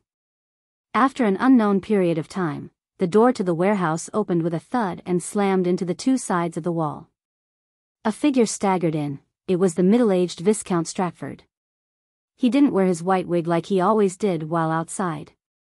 This revealed his rather high receding hairline and rather messy black hair. The latter was stuck together as though it had been drenched by a storm and was air-dried. But in the past few hours, the clouds were thin and the crimson moon high in the sky. It hadn't rained at all. Drops of sweat dripped down Viscount Stratford's rather cut facial contours as there were countless black threads flowing beneath his skin. His body was slightly hunched, and his facial muscles were somewhat twisted. His eyes were filled with pain and concern. He surveyed the area and was delighted when he found Charmaine. However, he turned anxious as he charged over without much confidence. When Charmaine saw him enter the warehouse, her face lit up as though it was covered in a halo. She then revealed a worried and fearful expression as she attempted to shake her head frantically. However, her neck was held firmly by the spider webs that prevented her movement. She reeled in anxiety, to the point of tears flowing out of her eyes, drop after drop, crystalline and frail. Just as Viscount Stratford was about to reach her, a loud bang suddenly rang out between the two. It was as though there was an invisible wall that separated him from Charmaine, one that couldn't be surpassed. If you wish to break the curse and take her away, you have to answer my question without hiding anything. At this moment, a figure quickly appeared in a corner of the warehouse. Her facial features were charming, forming together into an abnormally sweet look. She resembled the lover that every young lad would fantasize about in his youth. She was none other than Demoness Trissy. Without waiting for Viscount Stratford's response, she raised her right hand and conjured a pitch-black flame. Viscount Stratford's face, hands, neck, and exposed skin instantly turned transparent as they protruded with blood vessels. And in every blood vessel, there was a black flame silently burning as it flowed silently. The pain in Viscount Stratford's eyes immediately reached a peak, but it vanished the next moment. His expression turned extremely cold as a gibing look appeared in his eyes. It was as though the one being cursed wasn't him, but Trissy, who was a distance away. Trissy, who was in the corner of the warehouse, suddenly burst into black flames. Dense, countless spider webs appeared, but they couldn't be lit up. In the blink of an eye, Trissy was like Charmaine, being sealed inside a transparent cocoon. She couldn't move or escape. In a ventilation vent high above the warehouse, a figure appeared. It was a woman whose age wasn't obvious. She wore a simple and sacred white robe. She had black hair, blue eyes, looking sweet and beautiful, giving off an indescribable charm. Katerina Pell, Trissy seemed to expend all her strength before she shouted a name. At this moment, Viscount Stratford grabbed at his body, pulling out an illusory doll covered in thick black flames. He glanced at Charmaine and smiled at Trissy. When it comes to matters related to life, I would never be careless. After that fellow, Sykes, died, I knew that it would be my turn one day.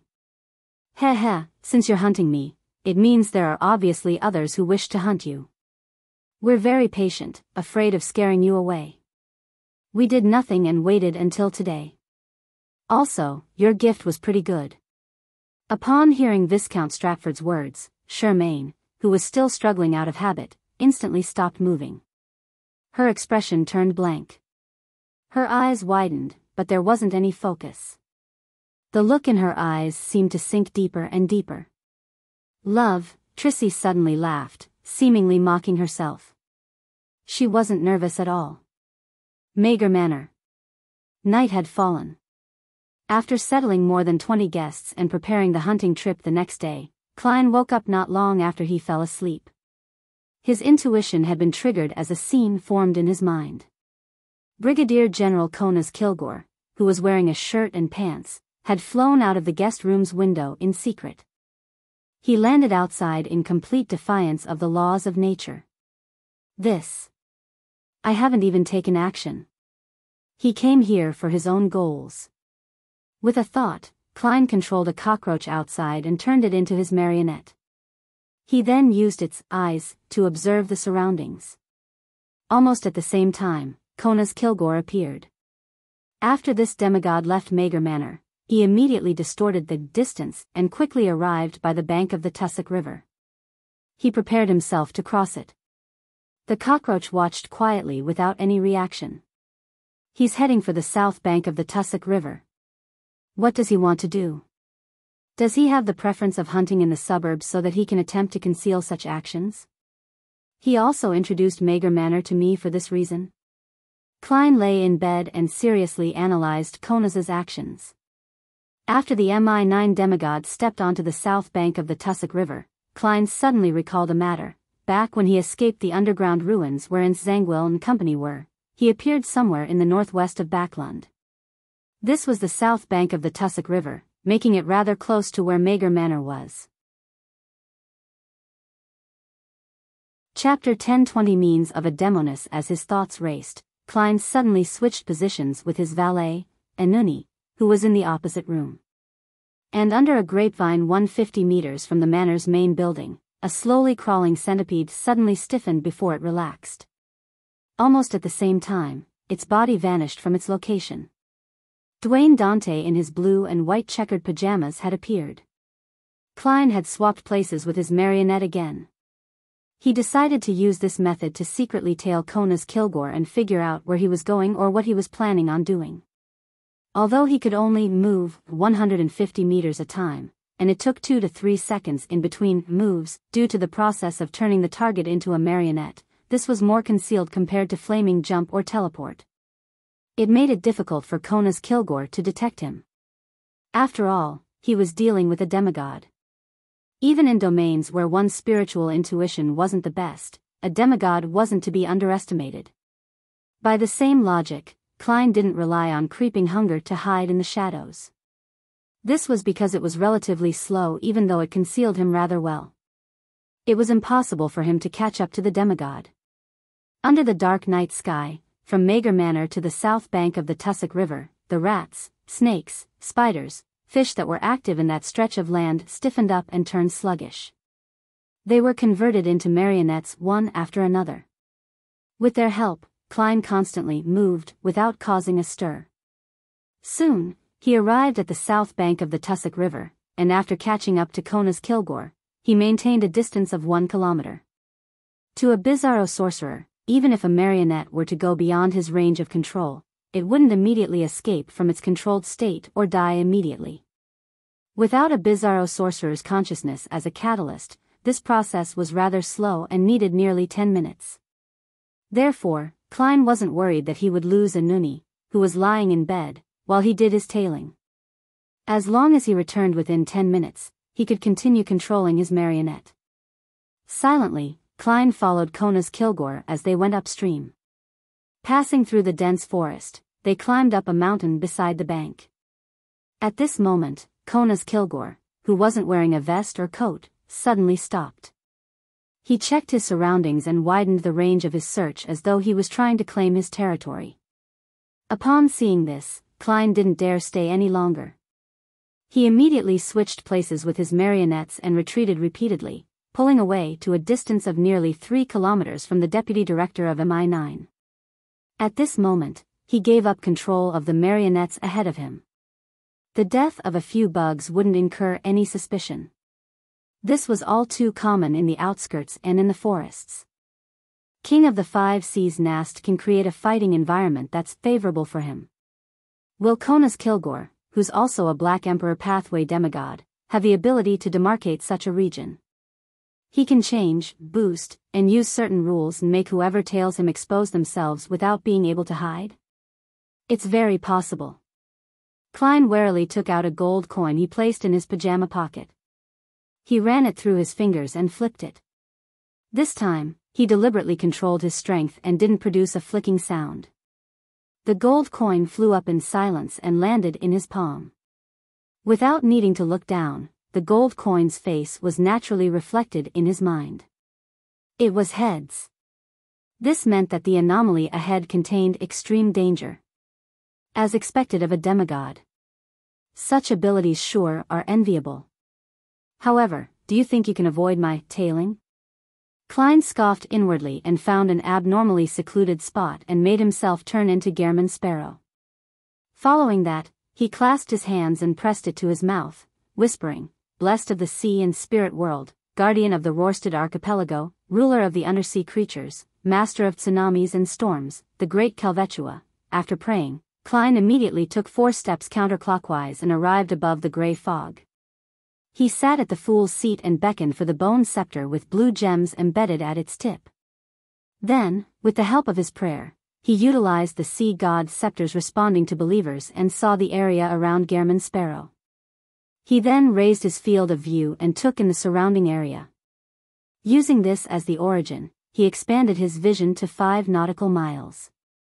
This was the limit of what the sea god's scepter could observe with the help of its believers. And this way, the area where Kona's Klein had designated, one that no object could escape his notice, appeared in Klein's vision. In the dock area, inside a warehouse with plenty of goods. Love, after Trissy chuckled, her figure grew faint as though she was bathed in the luster of a lake at night.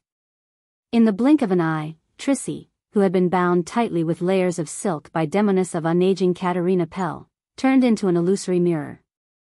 It was a full-body mirror taller than a person. Aqueous light shimmered within as a ghostly halo grew out of it as though it was a door leading to another world. At that moment, it didn't reflect the scene in front of it. Instead, it outlined a room. The room was dimly lit. The bed and furniture had been diced up into countless small pieces which were scattered everywhere. Only the central region was spick and span. Trissy stood there, wearing a dark black dress. Her hair cascaded down smoothly as it fluttered in the wind, accentuating her face's abnormal fairness. She looked like a female ghost as spoken in folk tales. She wasn't actually present and was using the illusory mirror to project her figure and strength remotely. It was as though everything was real. Therefore, she wasn't flustered at all when she was being controlled and hunted.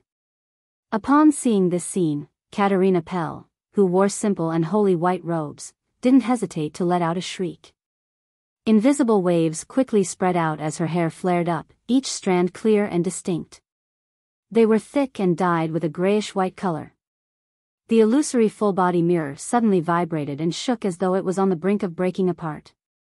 And in the messy room it reflected, the fragments of the bed, desk, and chairs turned grayish-white, losing their luster as though they were rocks. The brownish-yellow floor in front of Trissy turned into grayish-white rocks as it quickly extended towards the only human in the room like a surging tidal wave.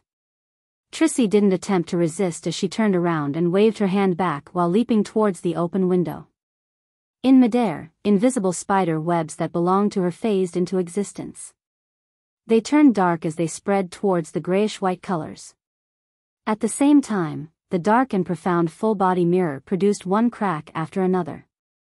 Amidst illusory shattering sounds, it broke apart and vanished. However, before the full-body mirror completely vanished, the grayish-white colors receded in a strange manner inside the petrified room, materializing into a figure. The figure wore a simple, holy white robe and had luscious raven-black hair. She looked both mature and innocent, as though she had a pair of profound and childlike blue eyes. She was Demoness of unaging Katerina, who had just been inside the warehouse a moment ago. Viscount Stratford could no longer see the situation inside the opposite room once the ghostly glow dissipated. He retracted his gaze and cast it onto Charmaine. He wore a mixed look in his eyes before he recovered. Trissy really was patient. To deal with me, she actually spent months to nurture a new Demoness. Viscount Stratford shook his head with a chuckle. What did she want you to gain from me? At that moment, with Trissy's connection being severed, the spider webs around Charmaine had loosened. They were unable to bind her and restrict her freedom. This beautiful girl wore a blank expression as she replied with a vacant look in her eyes. She wanted me to know who you are truly loyal to. Without waiting for Viscount Stratford to say a word, she asked hesitantly, her eyes making it obvious that she had difficulty finding the words. How many of those promises that you made to me were real? Viscount Stratford was taken aback before he chuckled. You're probably the most silly and most naive Demoness I've ever met. Charmaine's expression froze on her face as the glimmer in her eyes that she found so hard to regain faded bit by bit. Outside the warehouse, Zio and Furs were hiding in the shadows, observing the silent target area. They had followed Viscount Stratford here. Their patience had paid off, as they discovered this captain of the royal guards secretly leaving his mansion in the dead of the night, rushing to the dock area near the Backlund Bridge. Using Zio's power as a sheriff, they followed him all the way here by keeping a huge distance between them. They had also confirmed that he had entered the warehouse in front of them. In addition, they also sensed that Viscount Stratford's condition had worsened as though he had been injured.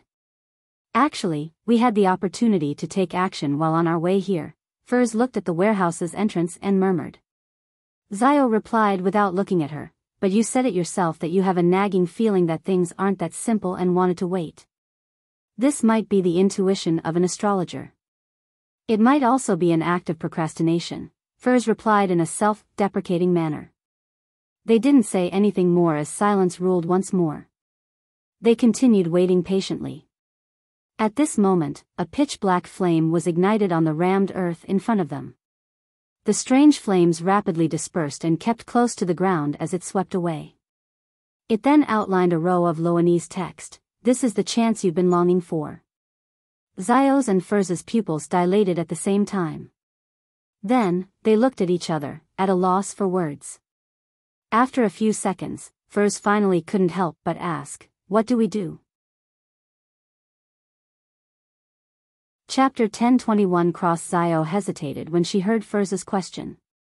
We were discovered, they had said something similar before, but they were repeating it again now. However, it didn't have the same meaning. Previously, it was referring to being discovered by the Guardian or Monitor when she recognized Sherman. Now, the crux of the matter was that their choice and corresponding actions were expected and arranged by the person behind the scenes. They had no secrets to speak of. This meant that the chance that Zio had been longing for might have really appeared, but what lay behind this matter was inconceivable. If we follow the intention behind this message, the final outcome will depend on whether she has good intentions, but that's not something under our control, Zio added from a rational angle. The reason why she had used she to represent the person behind the scenes was because she had recalled the fragrance she smelled when she lost Sherman the other time. Furz listened quietly and nodded in agreement. Yes, we're too passive in this matter. The best option is to leave this place. As soon as she finished speaking, she looked at the warehouse. She opened her mouth but didn't say anything further. She was reminded of the possible situation Sherman was in, and she suspected that he was in grave danger. However, she deliberately ignored it in the end and didn't mention it. To her, Sherman was a person who existed in Xiao's descriptions. He was no different from a character in a novel. If she had the strength and opportunity to save him in passing, she was willing to do so, but to bear the risk because of that and allow her friend to be rash, putting her life in danger, was definitely not something within her considerations. Xiao nodded and said, "All right, we'll leave now." However, the person who left that comment definitely wouldn't be happy to see us do so. She will definitely hinder us. Let's do it this way. We'll escape in different directions and make that person choose one person. Whoever successfully leaves this area will immediately cause a commotion and attract the official Beyonders. Why don't we directly cause a commotion here? Furs subconsciously raised a question. It will definitely be stopped or foiled. Xiao gave her excuse. Furs nodded thoughtfully. Makes sense. Alright, let's not delay it any further. Let's begin. Xiao didn't say another word as she took out her transparent, nearly invisible triangular blade. With her back bent, she leaped out of her hiding spot and ran out of the harbor amidst the shadows. The triangular blade was a mystical item she had spent 500 pounds through Mam Hermit to get the artisan to forge with the ancient wraith's powder and remnant spirituality. It was called Wintry Blade. Anyone hit by this weapon, even if it were a gentle touch, would be frozen stiff. They would even lose control of their thoughts as though they were possessed by a wraith. At the same time, once the battle continued, Wintry Blade's enemies would gradually have their thoughts turn sluggish and their actions become rigid and dull, even if they didn't touch the triangular blade. And Wintry Blade's negative effects wasn't that terrifying. Furthermore, there was only one: the wielder would slowly lose their body temperature and transform into an undead. Once a certain time limit was exceeded, this process would become irreversible. Therefore, Xiao had recently enjoyed jogging more or riding a bicycle at lightning speeds to generate heat to resist the loss of temperature. But even so, she had only managed to extend the time it took before she kept Wintry Blade away from her body from 3 hours to 4 hours. After running a certain distance, Xiao turned back and realized that Furs had already passed through a wall and departed.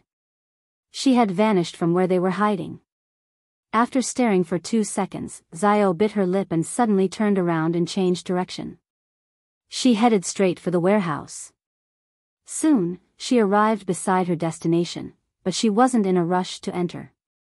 She looked up and observed the area above her, seemingly trying to find another passageway, one that was less noticeable to the people inside. At that moment, her keen senses made her turn her head and see a figure appear around the corner of the wall. The figure wore a black dress with a head of brown, curly hair. She had a pair of light blue eyes. It was none other than Furs Wall. "Didn't you leave?" Despite being surprised, Xiao didn't forget to lower her voice. Furs curled her lips and said, "Weren't you fleeing too?" Xiao was momentarily at a loss for words. After a few seconds, she asked, "How did you notice it? You didn't even mention Sherman." "That's completely unlike you. I've already prepared a reason to persuade you," Furs quickly replied. Xiao was taken aback as she said with a complicated expression, "You didn't have to come back." Furs ignored her and pressed on the wall of the warehouse and said, "If we keep talking, perhaps we will no longer need to be stumped because it would already be over." "Man, I actually didn't think of such a good idea just now. I should have immediately insisted on going with you to save her. You definitely would have persuaded me otherwise and would think of doing it yourself. If we repeated the conversation a few times, everything would have ended on its own." Xiao gave her friend a look and, without any hesitation, stood by her side with Wintry Blade in hand. Furs immediately flipped Lamino's travels and augmented her friend with Beyonder powers. Then, she put away the spellbook and grabbed Xiao's shoulder with one hand, pressing the other on the wall again. While Xiao was waiting for door opening, she realized that Furs hadn't immediately used her powers. This best-selling author took a deep breath and quickly said, after entering, we'll hide and observe. After confirming that there's a chance to do something, we'll take action. If there's really no chance, or if we can't seize an opportunity for sure, we'll leave as soon as possible. That way, we can at least avenge Sherman and not be buried alive with him. Only by being alive will all kinds of possibilities open up for us. Zio immediately nodded and replied in a stern manner, okay. Furs wanted to say a few more words, but considering how she had wasted some time and couldn't afford to waste any more time, she opened the illusory door and passed through the wall with Zio, coming behind a row of wooden crates. With her no longer being a greenhorn in such operations, she instinctively crouched down and pulled out Lamino's Travels and flipped to a particular page. Zio similarly didn't dash in. She bent down and moved her eyes to a gap between the crates and observed the empty region. The female-looking Sherman was sitting on a wooden crate without any signs of anger. Her brown hair was gently fluttering in the wind. And standing in front of her was Viscount Stratford. This captain of the Royal Guards tightened his collar and was surveying the area, a mystery as to what he was looking for. Unfortunately, you're only a demoness. Don't worry. I will let you die without any pain. You will be completely purified. As he spoke, he took out an item from his inner pocket. Zio used her enhanced vision from the interrogator potion, and she clearly identified the item. It was a cross accessory covered in bronze. There were a few sharp, jagged protrusions, looking as though it had once impaled someone. Its style and characteristics were things that the various nations in the Fifth Epoch's northern continent didn't possess. It exuded ancient vibes. Very good. You know that resistance is futile, Viscount Stratford said as he pressed one of the fingers he used to hold the bronze cross onto the spike. His bright red blood immediately flowed out and was absorbed by the spike, seeping into the object. The mottled bronze on the cross's surface disintegrated, revealing a corporeal form beneath that was a blob of light. In just a second or two, the item Viscount Stratford held had turned into a resplendent cross. It emitted a pure and flawless glow, illuminating the surroundings in an abnormally bright manner. The wooden crate's shadows quickly receded as the dark splotches on the wall evaporated like water. Beside Charmaine, the countless spider webs that originally belonged to Trissy floated up and struggled in the fire, melting in just mere seconds. The light grew brighter, but they weren't blinding. Black flames burst out of Charmaine's body along with crystalline ice. They turned dim, transparent, and eventually vanished under the illumination. Within the range of the resplendent cross, there weren't any traces of evil or abnormalities present. Not 1 inch of darkness remained. Seeing Sherman's expression slowly distort, Zio couldn't help but shoot Furs a glance. She could clearly sense the terror of the resplendent cross, and she was beginning to waver about saving her. Furs also noticed what was happening and pointed to Lamino's Travels. She raised her left index finger and whispered into Zio's ear, "There's only one chance. I will work hard to create it for you. If it's not successful, or if you can't be certain of it, we will give up." Zio didn't hesitate as she nodded solemnly. Furs immediately straightened her body and flipped Lamino's Travels to the charred yellow page. This page was filled with complicated, twisted, indescribable symbols and labels. It gave one the feeling of a strong gust of wind. Sailor Pathway's demigod power, hurricane. After observing her surroundings once again and confirming that there weren't any other enemies, Furs's gaze penetrated through the gap in between the wooden crates and locked onto Viscount Stratford. She then slid her finger gently across the charred yellow page. With an exploding whoosh, a visible hurricane soared up beneath Viscount Stratford's feet and rushed upwards. The captain of the Royal Guards wasn't able to maintain his balance from this sudden attack. He was lifted up by the hurricane and was slammed into the warehouse's ceiling. Boom! The warehouse's ceiling was torn apart by the hurricane as portions of it collapsed. Some of the fragments spun around amidst the wind as they flew higher and higher. Viscount Stratford nearly fainted from being slammed, and he failed to hold on to the resplendent cross, allowing it to fly out of his palm. When the spike with a sliver of his blood left his finger, the mottled bronze covered the cross's surface once more. The flawless light vanished in turn.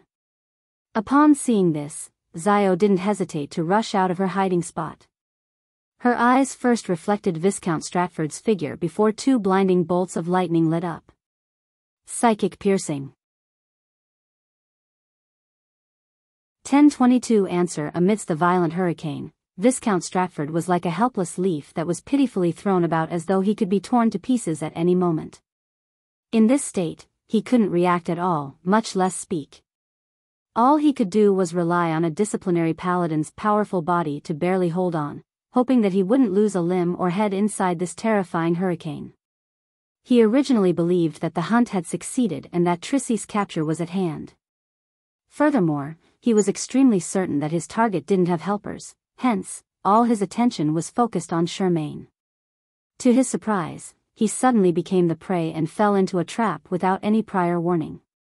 Upon realizing that the hurricane was beginning to weaken and that he had only suffered some damage from the impact and didn't receive any fatal wounds, Viscount Stratford hurriedly tried to regain control of his body in preparation for the upcoming battle.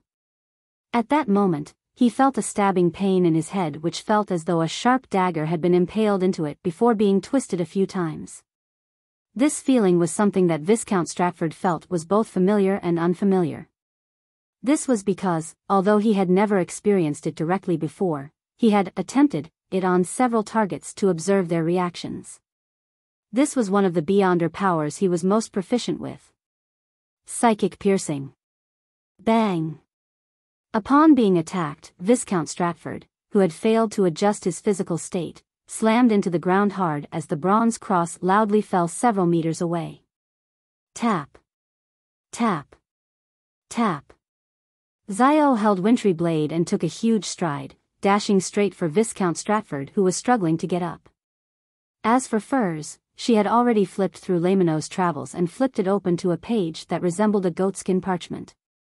As her fingers slid across the page, Viscount Stratford's shadows, which had surfaced once again, came to life, condensing into black chains that wrapped around its target, binding him tightly. Viscount Stratford, who had just managed to catch his breath and become alert, still hadn't had the opportunity to choose the target for his punishment and apply certain restrictions when he once again lost his freedom. Even his mouth was bound by a shadow chain. Abyss chains. It was abyss chains from the Sanguine or Moon Pathway's mid-sequence Beyonders. Furs had used it once and was rather fond of this Beyonder power. She found it very useful, so she had spent gold pounds to get Mr. Moon, who had become a Viscount, to record it. Bang! At this moment, Viscount Stratford suddenly unleashed power that surpassed his previous strength, tearing the shadow chains apart. He had chosen the bindings, restricting him to be the target of punishment. But at that moment, Zio had already rushed in front of him like a high-speed train, thrusting that transparent triangular blade. Amidst a splotching sound, the wintry blade stabbed into the target's abdomen. Viscount Stratford's body stiffened once again as his eyes glazed over as though he had turned into an ice sculpture. Zio released her hand and allowed Wintry Blade to remain stabbed into the stomach of the captain of the Royal Guards, seemingly hoping that the wraith which might have existed on the weapon would continue possessing her target and forcibly bring him under control. Right on the heels of that, she swung her arm and slammed a punch right below Viscount Stratford's ear. After two heavy blows, Viscount Stratford fainted without even letting out a grunt.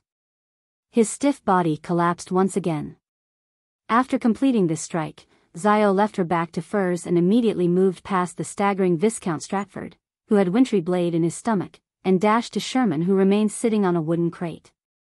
Furs flipped through Lamino's travels once again, using other Beyonder powers to add another layer of restrictions onto Viscount Stratford's body. Then, she walked out of the row of wooden crates she had been hiding behind and first approached that bronze ancient cross. The scene she saw made her suspect that it was an item at the demigod level. In the parlance of official Beyonders, it was a Grade 1 sealed artifact. And with Viscount Stratford carrying and using it, she believed that the negative effects of the cross weren't that direct. She could attempt to pick it up. Of course, as a former astrologer, Furs took out the pure crystal ball as she walked, quickly doing a divination. There are no problems. Furs glanced at the outcome and quickened her pace. At this moment, Zio had already rushed in front of Sherman. Looking at this friend who had turned rather beautiful, she was momentarily at a loss for words. To her, Sherman's condition was in a terrible state. This demoness hair was floating up with each strand turning thick as if they were tiny snakes. On the ends of the tiny snakes, some had eyes or mouths. They appeared extremely bizarre and terrifying. On Sherman's face, a black paint-like mysterious pattern suffused out of her skin and was rapidly spreading across her body. Her slightly vacant eyes quickly reflected Zio as she gradually recovered her spirit and, along with that, also came a little confusion and pain. She opened her mouth and stuttered, "Zio. I'm in so much pain." Zio's vision instantly blurred. Although she was still lacking in many of the details regarding the mysterious world's general knowledge, since the Tarot Club's discussion was just way over her head, and the information she got from MI9 was mostly about secret organizations, she still knew quite a bit about losing control. Among unaffiliated Beyonders, it was something that couldn't be avoided. Therefore, Zio knew that Sherman was beginning to lose control. It was irreversible, and the situation would only worsen. Sherman seemed to sense her state as she gasped for breath, revealing a weak smile. She said with difficulty, "Kill me. I've done too many unspeakable sins. I've also obtained what I've wanted." Zio's tears dripped down. Without hesitation, she flipped her hand, drawing her backup weapon, an ordinary revolver. She then placed the revolver at Sherman's forehead. Sherman smiled as a mesmerizing charm appeared in her eyes once again. Call me Charmaine, Charmaine." Zio couldn't help but frown as tears brimmed in her eyes. Bang! Bang! Bang! She repeatedly pulled the trigger and fired the bullets inside. Fresh flowers bloomed at once, red and beautiful. Furs pursed her lips unknowingly when she saw this. After 2 seconds, she let out a long sigh. She bent down and reached out for the bronze cross. Just as her fingers touched the item, it felt like she had touched fire. It was hot and scalding, hot enough to burn the soul. Furs instinctively retracted her hand, feeling alarmed and puzzled. She remembered that Viscount Stratford had never acted in such a manner before. As her thoughts raced, Furs glanced at Viscount Stratford and kicked the bronze cross towards the nearby Zio. "Give it a try. Also, we have to leave immediately. The commotion from earlier will definitely attract the official Beyonders. Also, who knows what the person who left the message will do." Zio, with her reddened eyes, didn't say a word. She bent down and picked up the bronze cross. She didn't feel any sense of discomfort the entire time. Furs didn't ask why as she walked to the stiff Viscount Stratford's body and warily looked around. After Zio put away the bronze cross, she picked up Charmaine's corpse and returned to Viscount Stratford's side. "That item is very precious. His status is also very important. We'll definitely be the targets of the royal family's pursuit efforts. We need to do some interference." Furs looked down at Viscount Stratford as she muttered to herself in thought. She quickly made a decision. She raised her hands, lowered her head, and began piously chanting Mr. Fool's honorific name. She didn't believe that them giving up the bronze cross would stop the royal family from pursuing them due to being perceived to have lower priority. Therefore, without any hesitation, she prayed to Mr. Fool for help. To her, sacrificing the item to Mr. Fool was better than staying there. Almost at the same time, she saw a holy angel with 12 pairs of fiery wings. A phantom projected out of the angel as it descended from the sky, wrapping her and Zio in layers of flaming wings.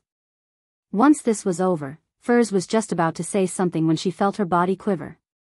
She felt a particular sense of horror and evil permeate from the void. Her eyes focused as she didn't hesitate to crouch down, reaching out her hands and grabbing Zio and Viscount Stratford's calf. At the same time, the final dark green stone with burn marks on her bracelet emitted a blue and illusory light. In the blink of an eye, the bodies of Furs, Zio, Viscount Stratford, and Charmaine turned transparent as they vanished from the spot. In seconds, they left the docks area and appeared on the outskirts of St. George Borough. During this process, Furs had even used her beyonder power as a scribe to record traveling. After observing her surroundings and confirming that there was no one around since they were in the forests, Furs released Biyao and Viscount Stratford and straightened her body. With the blessings of Mr. Fool's angel, there shouldn't be much danger. The person who left the message won't be able to lock onto us. Furs heaved a sigh of relief before saying with a lingering sense of fear, the person who descended upon us towards the end was definitely a saint. Thankfully, we quickly escaped. Biyao gently lowered Charmaine's corpse and said in thought, if the person who left the message was monitoring Charmaine, then she might have already found out where we live. We can't return there. Yes, we need to change our residence, Furs said with great experience. Then, she cast her gaze at the unconscious Viscount Stratford. You can interrogate him now. Make every second count. As she spoke, she handed Laymanos Travels to Biyao and exhorted, there's telepathy on it and it's used with candlelight. Also, start with the simple and unimportant questions to lower his resistance. Biyao received the spellbook with a solemn expression. However, her wrist trembled, unable to hold Laymanos Travels. Pa! The bronze notebook dropped onto the ground as Biyao said with a frown, it's like fire. Furs had the same experience earlier, so after some thought, she said, throw that cross away and try again. Biyao followed her suggestion and successfully picked up Laymanos Travels. It cannot be held with other mystical items, Furs said with a nod when she saw this. Biyao didn't harp on this problem as she quickly prepared a lit candle. Then, she drew Wintry Blade and relieved Viscount Stratford from his stiff and dazed state. After the captain of the royal guards gradually awakened, she triggered the corresponding page in the notebook.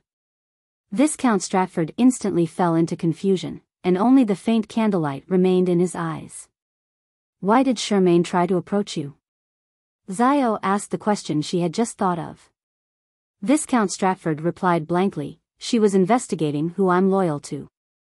Biyao was taken aback as she instinctively asked, who are you really loyal to? Viscount Stratford slowly said, His Majesty, of course. Chapter 1023 Mason Dear's Death. His Majesty. Biyao was a little confused and filled with confusion when she heard Viscount Stratford's reply.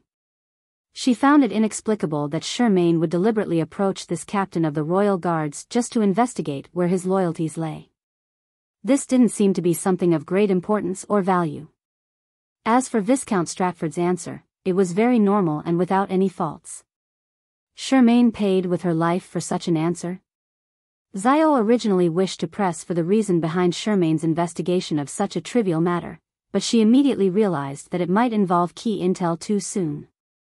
It might cause Viscount Stratford, who hadn't entered the necessary state, to put up resistance. So she gradually held back her instinctive urge. She thought for a moment and asked, do you know Mason Dear? Yes, Viscount Stratford answered blankly. Biyao Dericha continued asking rather simple and unimportant questions. Who is he?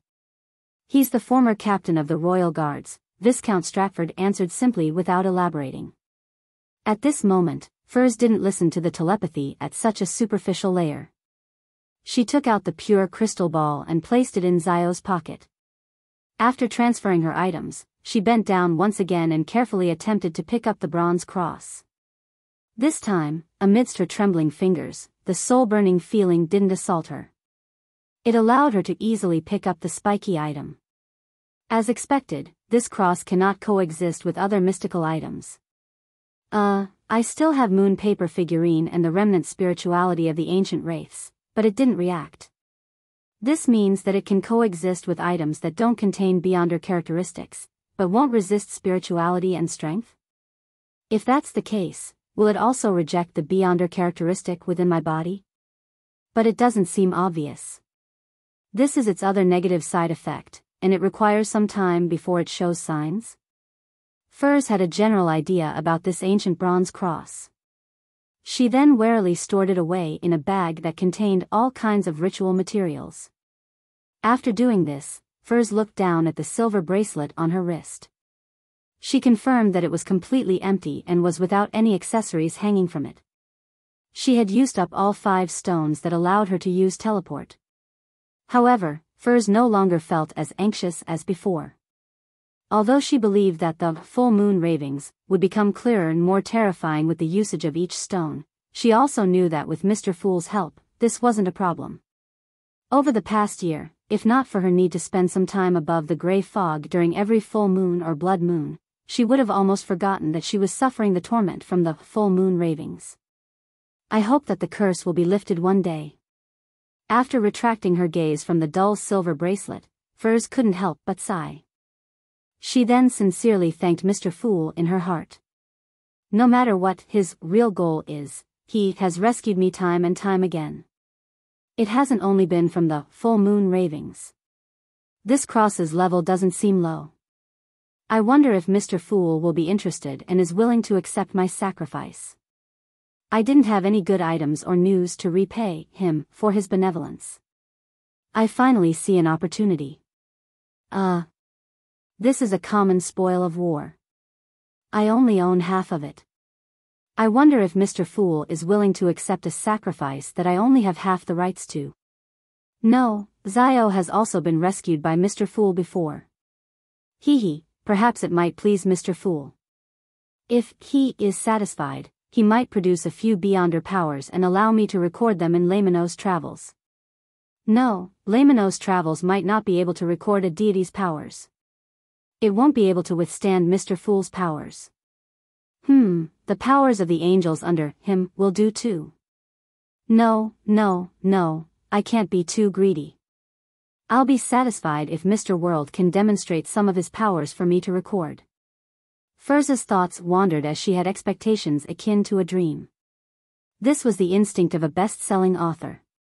As for why she didn't expect anything else other than the recording of Beyonder powers, it was because she realized today how important and terrifying Beyonder powers at the demigod level were. If Laymanos Travels didn't have Hurricane recorded, she and Biyao might not have been able to capture Viscount Stratford. They might not even succeed in escaping. Even if she didn't include the Bronze Cross, Viscount Stratford himself was a rather powerful Beyonder. If he hadn't been injured by Hurricane in the beginning and left dizzy from the fall, their sneak attacks might not have reached this level of success. There was a high chance that they might suffer a counterattack. Of course, separating the resplendent cross from Viscount Stratford was key to the victory of this brief battle tonight. And again, this was all thanks to Hurricane. On careful thought, if we switched to a less pressing situation, and if the Bronze Cross and the demigod powers in the notebook were excluded, Biyao and I might have a chance of defeating Viscount Stratford together. We might even have quite good odds. The Beyonder powers recorded in the notebook are varied, and when put together, they're truly powerful. Together with Biyao's psychic piercing and the effects of Wintry Blade, in a head-on battle, it's reasonable for Viscount Stratford to be defeated if he doesn't have any special mystical items. A living scribe with rich experience is actually this powerful. The more Furs thought, the stranger she felt. She realized that she had become rather formidable. Back when they were dealing with the ancient wraith, she had already come to a similar conclusion. And this time, their enemy, Viscount Stratford, was the captain of the royal guards of the lone royal family. He was at least sequence 6 and was probably sequence 5. Furthermore, he wielded an item at the demigod level. The level of his strength was clear, so this immediately allowed Furs to benchmark her level in the world of Beyonders. Although their victory mainly stemmed from a sneak attack, a successful one was also a manifestation of one's strength. I'm already a scribe. With a good combination of powers, together with Laymanos Travels, I'm already a rather strong sequence 5. The only problem is that I lack experience. As Furs reflected poignantly, she cast her gaze at Biyao and Viscount Stratford, continuing to listen to their questions and answers. At this moment, Biyao's question had already reached a rather key topic that could easily result in resistance. How did Mason Deer die? After asking this question, Biyao's expression suddenly turned complicated and expectant. She was also in a dilemma, feeling pangs of excitement and fear. This was a question she wished to ask 8 years ago. In these nearly 3,000 days, she had been constantly searching for an answer, but she was also afraid that the answer wasn't something she expected. She was afraid that her father was really involved in a mutiny and thus was executed, marring his reputation. Viscount Stratford didn't immediately answer Zio's question. He seemed to struggle before saying, he discovered His Majesty's secret and tried informing the 3 churches but failed. He was executed on the spot. Zio fell into a daze for a few seconds before finally confirming the answer she received.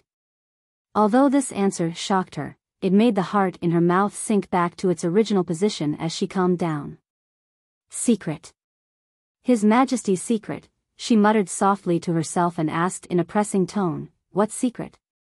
Furs, who was beside her, was also shocked to the point of being dumbfounded. She never expected things to develop to this stage.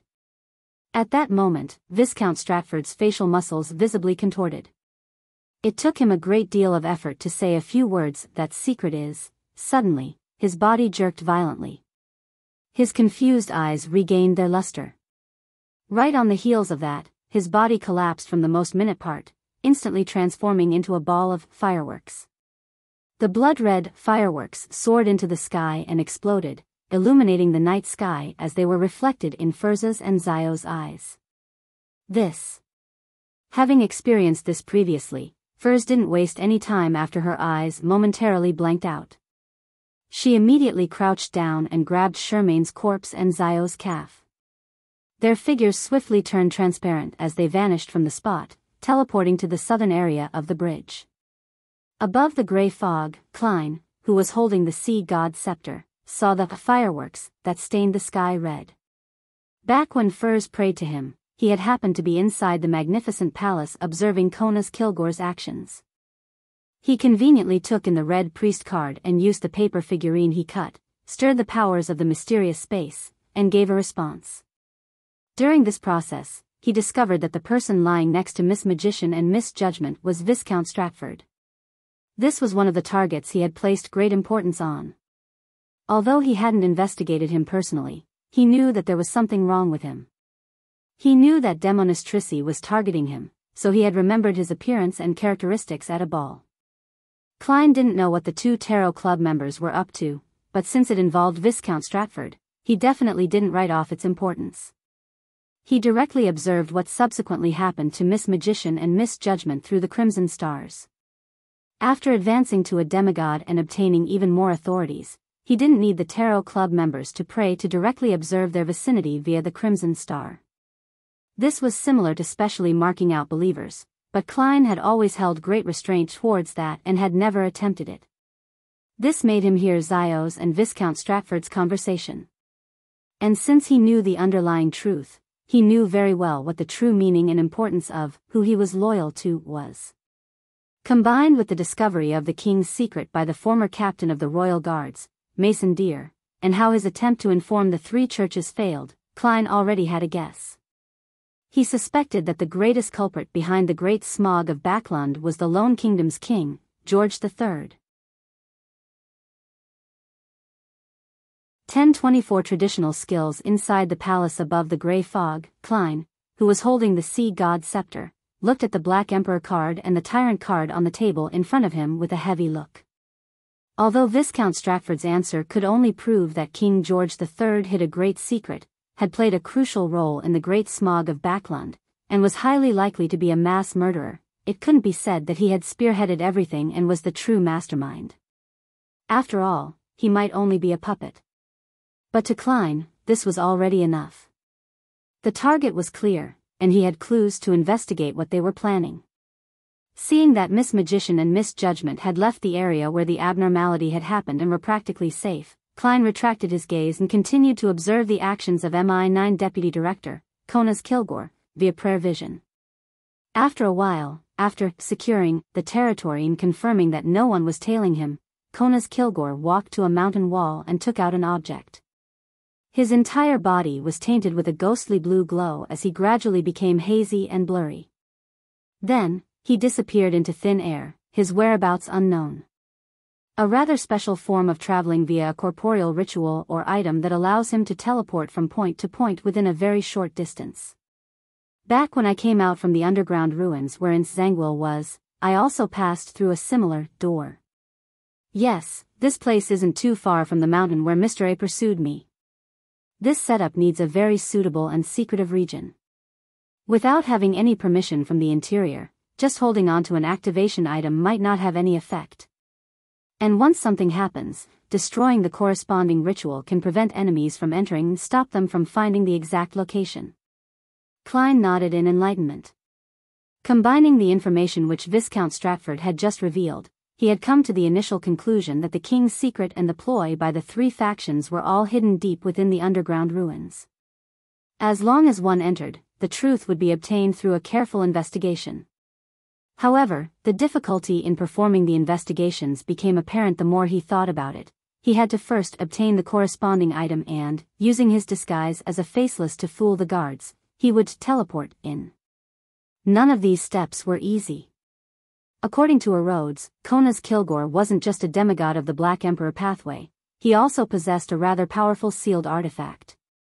Even if Klein had made preparations, his odds of defeating the Brigadier General of MI9 wasn't too high if he didn't seek the help of angels, much less finish him off in a stealthy manner without anyone realizing it. Furthermore, there were many difficulties in getting the help of an angel, as all of them had their own extenuating circumstances that prevented them from agreeing. Even if I take down Konas Kilgore without drawing the attention of anyone, I have to consider the danger that stems from entering. Based on what previously happened, it's impossible for them to not be on guard against a faceless, a cooperation effort between the king, the psychology alchemists, and the demonist sect guarantees that their ploy is significant. It's extremely possible that there's an angel within the underground ruins.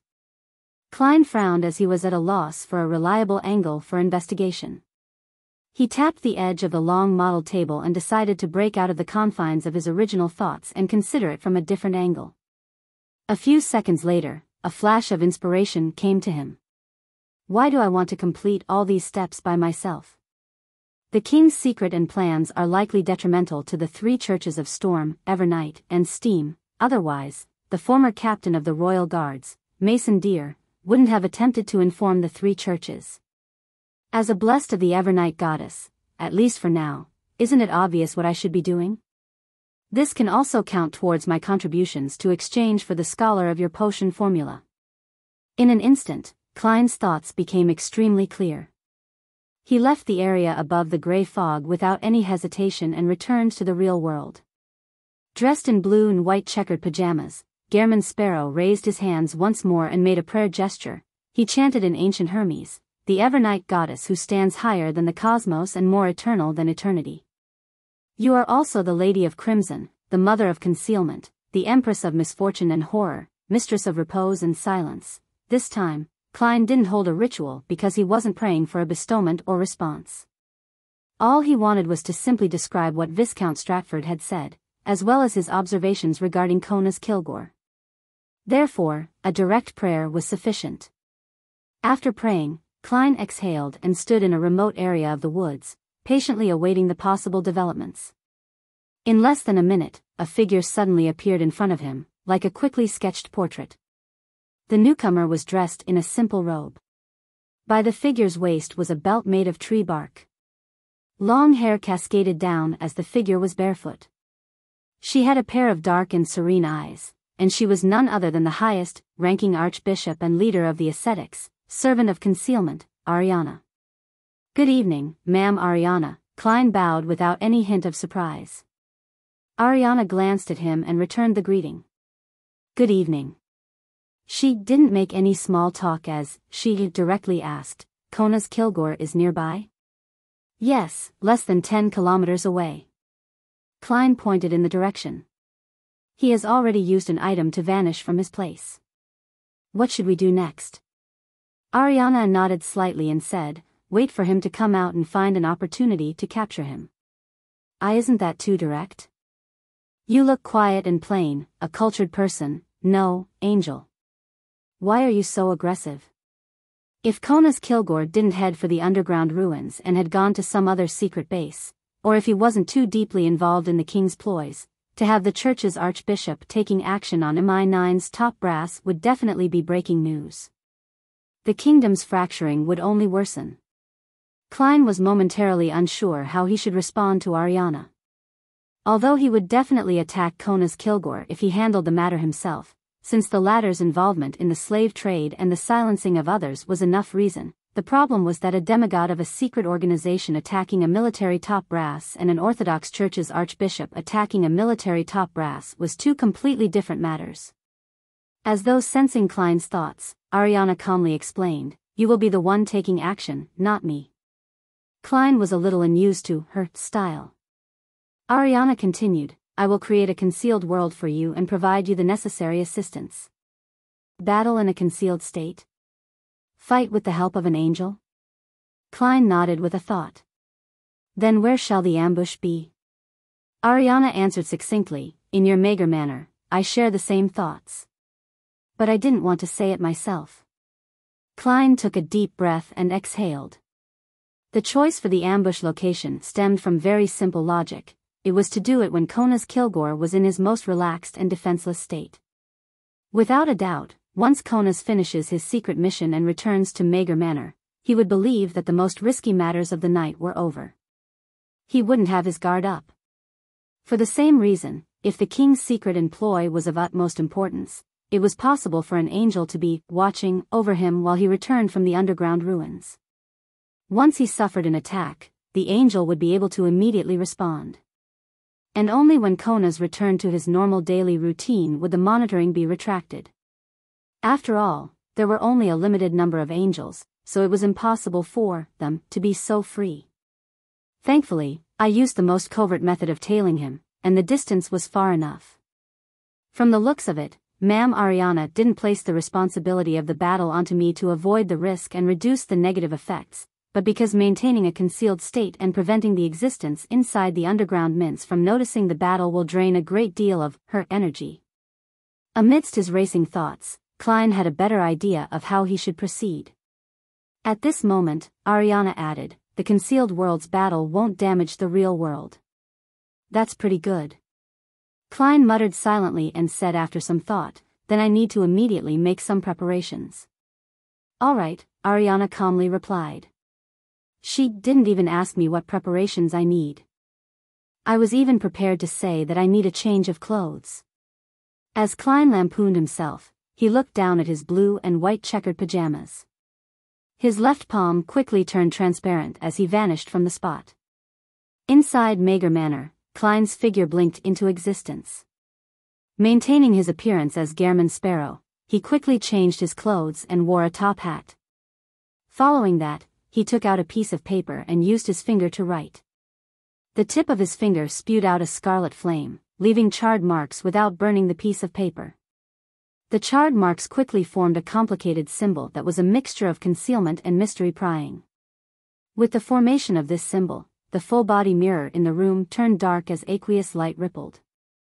A silver outline appeared, forming one word after another: "Exalted Great Master, your loyal and resilient servant, Rhodes, is here to answer your summoning.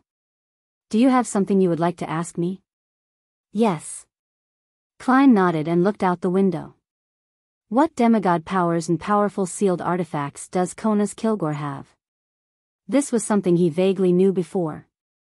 After confirming that Kona's Kilgore was a target, he gathered more information and now wished to know more so as to prepare a strategy meant to target Kona's.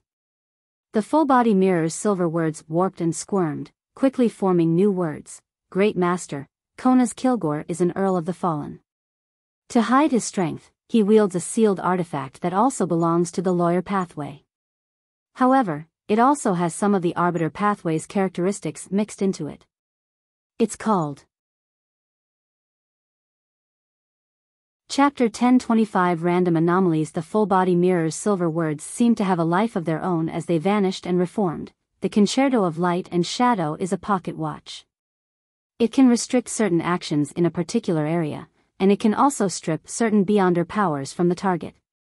When the two are put together, the limitations that are created far exceed the two types. The concerto of light and shadow is also able to gift certain negative side effects to the target, making him sluggish, eager, avaricious, or lose their fighting spirit, only capable of focusing his attention on money. Apart from these effects, the sealed artifact's wielder would have the ability to distort the target's speech, actions, intentions, and attacks. It can reduce a lethal blow into a serious injury, or it could repel an attack, turning progression into retrogression, escaping into leading a charge. The negative effects of Concerto of Light and Shadow are rather serious. Amongst them, the main negative effect to take note of is that once it's brought into combat, all the Beyonder effects produced in a certain region would intermittently experience random anomalies. It wouldn't distinguish between friend or foe, making it hard to control and unpredictable. That also means that lightning strike might still create a bolt of lightning, but it might splash the target with a blast of cold water or summon unknown spirit world creatures. Due to this reason, Kona's Kilgore has deliberately sought out a mystical item that can make him sufficiently lucky at critical moments, hoping that the random intermittent effects will benefit himself. It's definitely useful to a certain extent, but it's not that great. Kona's Kilgore also has a strange revolver. It originated from an anomaly during an evil god's sacrifice. It's called Rever's Shout of Despair. It can shoot without bullets, and each shot possesses immense strength. It can shoot at a rapid pace like a miniature machine gun. Targets who are hit by it will suffer Rever's Shout of Despair before he died. They will suffer different levels of pain, dizziness, and confusion. The biggest problem with the revolver is that the wielder will also hear the shout of despair. It just won't be too frequent. As an Earl of the Fallen, Kona's Kilgore no doubt has a qualitative change when it comes to the distortion and the unreasonable bestowment. In addition, he can also exploit laws and magnify effects, and use disorder to disrupt order. Exploit can extend certain states for longer periods of time or end it ahead of time. It will make the rules more beneficial to himself. For example, after jumping into midair, the state of being away from the ground can be extended, achieving the effect of floating. Magnify can boost the effects or influence of his actions. It can make an ordinary attack become an execution. It can turn a hug from a distance away into a restriction. Disorder will influence the structure of objects, the standards of measurement, and the accuracy of attacks. It will make a seemingly massive building collapse, causing what seems like a huge distance to be shortened to that of a few paces, as well as allowing attacks that are aimed at him to miss their mark. Through magnify, exploit, and distortion, Beyonders of the lawyer pathway can achieve certain things that only Beyonders of the arbiter pathway can accomplish. Of course, low and mid-sequence Beyonder powers of the lawyer pathway like bribe are equally possessed by an Earl of the Fallen and are even stronger. Great Master, I've finished answering your question. Is that okay? Your answer is like a guidebook. You must have been gathering information from the spirit world while delivering it. Also, must you seek praise even for matters such as this? Klein lampooned and nodded slightly. That's right. After answering Rhodes's question, he quickly got into the zone as he analyzed the powers and traits of the powerful sealed artifact which the demigod, Kona's Kilgore, had. An Earl of the Fallen is indeed a sequence for demigod existence. There are qualitative changes in various aspects. Be it bestowment, distortion, exploit, and magnify, none of them are easy to deal with. I might suffer if I'm careless. Rather, disorder isn't terrifying. It's basically an enhanced version of the sequence 5 Mentor of Confusion's power. The Concerto of Light and Shadow does have traits of the arbiter domain. And the most frustrating aspect about it is the negative side effects. To a Beyonder of the Seer pathway, my combat style is definitely closer to one of preparation, precision, and control. Once the battle begins, the moves will chain one after another. During this process, if a random deviation were to happen, the entire plan can easily be messed up and not be accomplished. It's very dangerous. As he thought, Klein discovered that the main problem stemmed from the sealed artifact named Concerto of Light and Shadow.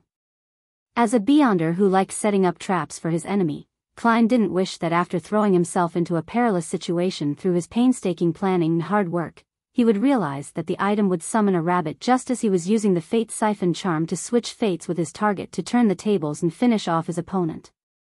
Or perhaps it would turn into fireworks to celebrate the death of the user. Kona's Kilgore can reduce the effects by raising his luck, but I can't do it. Fortune or misfortune that's not at the angel level won't be effective on me. However, I have the marionette, Winner Anuni. Klein thought as he gave Rhodes the second question, how can the intermittent random anomalies of that sealed artifact be avoided? Silver words appeared out of the ripples of the deep mirror, forming a new sentence. There's no need to avoid it. Kona's Kilgore just needs to become unlucky, and for this, the demigods of the Evernight pathway are experts. Makes sense. According to the theory of relativity, as long as Kona's Kilgore is more unlucky than me, I'll be the lucky one. Ma'am Ariana said that she can provide me with assistance. To her, secretly slipping some misfortune onto Kona's Kilgore before creating the concealed state should be very simple and easy. Klein immediately nodded cheerfully. Very good. That's it for today. I'll summon you again if there's anything else. Yes, Master. No problem, Master. Goodbye, Master. On the full-body mirror's surface was a simple drawing followed by silver words. Seeing the mirror instantly return to normal, Klein retracted his gaze and quickly simulated the battle that would happen in his mind. Gradually, he came up with an idea, and grabbing onto that flash of inspiration, he proceeded forward in refining it. After having a few tentative plans, Klein walked to the balcony and looked at the garden and the night sky, whispering, "Can you inflict misfortune onto Kona's Kilgore before the battle?"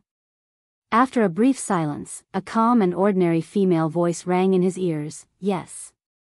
"Then it's fine on my side," Klein immediately replied. Tranquility quickly returned to his surroundings. A rather cold breeze blew by, and Klein expressionlessly stared at the manor for a few seconds. Then, he pressed down on his silk hat, pulled the human-skinned glove on his left hand, and drew death knell from his underarm holster. Right on the heels of that, he flicked his thumb and made the iron-black revolver's cylinder spin. The night grew darker as the crimson moon occasionally tore through the clouds. Mager Manor was completely in a state of deep sleep. At this moment, a figure stealthily came from the Tussock River's south bank, taking 2 to 3 steps to return to his room. He was none other than the deputy director of MI9, Kona's Kilgore, who wore a white shirt and black trousers. This demigod with a stout look surveyed the area and didn't notice any abnormalities. He gradually revealed a smile and walked to the bar counter in the guest room. Getting a cup, he picked up a bottle of mager red wine. He prepared to pour some for himself to celebrate the wonderful night. At this moment, his spiritual perception was triggered as he looked up abruptly.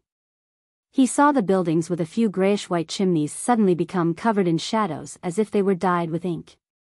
To the side of the chimneys, on one of the steeple landmarks of Mager Manor's main building, it was equally dark. The bright red moon was silently hanging behind the chimney. The clouds and stars high in the sky had vanished. Apart from the gigantic crimson moon, there was pitch-black darkness.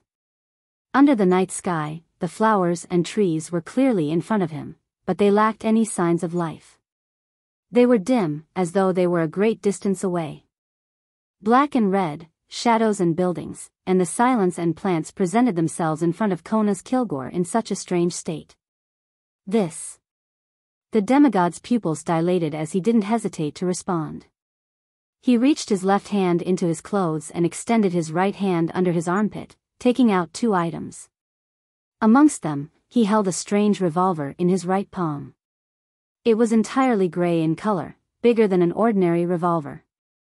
It looked like it was half the size of a sledgehammer that was used in classical battles. Another unusual trait of the revolver was that it had 6 barrels, each rather thick. The mouth was dark, and its cylinder was embedded with more than 10 ugly rivets, making it have a rather crude beauty. Kona's Kilgore's left hand held an iron-skinned pocket watch. On the watch's face, half of it was filled with neatly arranged symbols that followed the order of time, while the other half was a chaotic mess. It even intruded into the neighboring region. On both sides, it seemed impossible to see the machinery behind them as they formed into a structure that looked even more complex and headache-inducing. Almost at the same time, a figure emerged out of the gigantic crimson moon. It glided over at an extremely fast speed. He grew bigger and clearer. He was a young man with black hair, brown eyes, and cut features. The young man was wearing a silk top hat and a black trench coat. He held a unique revolver in one hand, and a transparent human-skinned glove covering the other. Under the bright illumination of the surroundings, he seemed to be burdened with the weight of the gigantic crimson moon. Gehrman Sparrow. Miao had an only slightly assisted fight against a sequence 4, where planning might go awry. I am looking forward to seeing how he will pull this off. Chapter 1026 2 Restrictions. Upon seeing the young man in the black trench coat appear with a black revolver in hand, Konas Kilgore, who was no stranger to all the important figures in the world, immediately responded. The thumb on his left hand that held the iron-skinned pocket watch was rapidly moving, reaching for one of the metal buttons on the messy inlays of the pocket watch. He suddenly raised his right arm, aiming at Gehrman Sparrow with the 6 gray gun barrels that formed a circle. This process was like a fleeting spark that quickly came to an end. As for Konas Kilgore's left thumb, it had pressed down. He overcame his instinct and didn't directly use restriction from the Concerto of Light and Shadow. This was because he didn't know Gehrman Sparrow well enough, unsure as to what he was best at. Furthermore, the person with Gehrman Sparrow's appearance might not be Gehrman Sparrow. Blindly using restriction would only be a waste of an opportunity. He intended to observe and wait for a while longer before he came up with a more specific order to distort the laws. Bang! Bang! Bang! Bang! Bang! Bang! The strange revolver let out a roar of despair and spewed out a storm of black and icy bullets, instantly enveloping the enemy beneath the crimson moon. At this moment, Gehrman Sparrow's figure turned transparent and incorporeal. At the same time, the bullets tore through the target in the black trench coat, tearing apart the afterimage he left behind. And behind Konas Kilgore, Gehrman Sparrow, with a cold expression, quickly appeared. His body was half-crouched, and he was leaning forward. The black top hat on his head appeared blood-red under the crimson moon's illumination. He suddenly raised the black-barreled revolver in his hand, opening his mouth slightly while aiming and squeezing the trigger. Bang! The floorboard to the right of Konas Kilgore exploded into countless fragments. Gehrman Sparrow's shot had been ridiculously far off the mark. Furthermore, its destructive power was clearly lacking. This was the distortion power of an Earl of the Fallen. It caused the bullet's trajectory to deviate and have its power weakened. Seizing this opportunity, Konas Kilgore used disorder to influence measurement standards, arriving above the balcony of the bedroom with one step. Then, he half-turned his body, and with a smack, he pressed one of the metal buttons on his iron-skinned pocket watch. He then solemnly said, "Teleportation is prohibited here." Silently, Mager Manor, which was being illuminated by the gigantic crimson moon, experienced an unknown change. Gehrman Sparrow, whose body had rapidly turned faint after firing, appeared out of the void again. He had failed to successfully change positions. Concerto of Light and Shadow, restriction. To Konas Kilgore, no matter what Gehrman Sparrow was good at, he had to immediately restrict his obvious ability to teleport. An enemy who could do close-quarters teleportation at a high frequency wasn't only irritating, but also dangerous. Realizing that his teleportation had failed, Gehrman Sparrow's expression remained unperturbed. His body quickly warped as the colors faded from his body, leaving a deep darkness. This deep darkness suddenly collapsed across the ground, fusing with the shadows in the region where the moonlight couldn't reach, making him indistinguishable. Bang! Bang! Bang! Bang! Bang! Bullet holes riddled the spot where Gehrman Sparrow was previously standing, tearing the ground open. Boom! The area collapsed immediately, revealing the room before. However, no dust was thrown up. And despite such a stir, Mager Manor remained blanketed in deep shadows. No one was awakened or gave a response.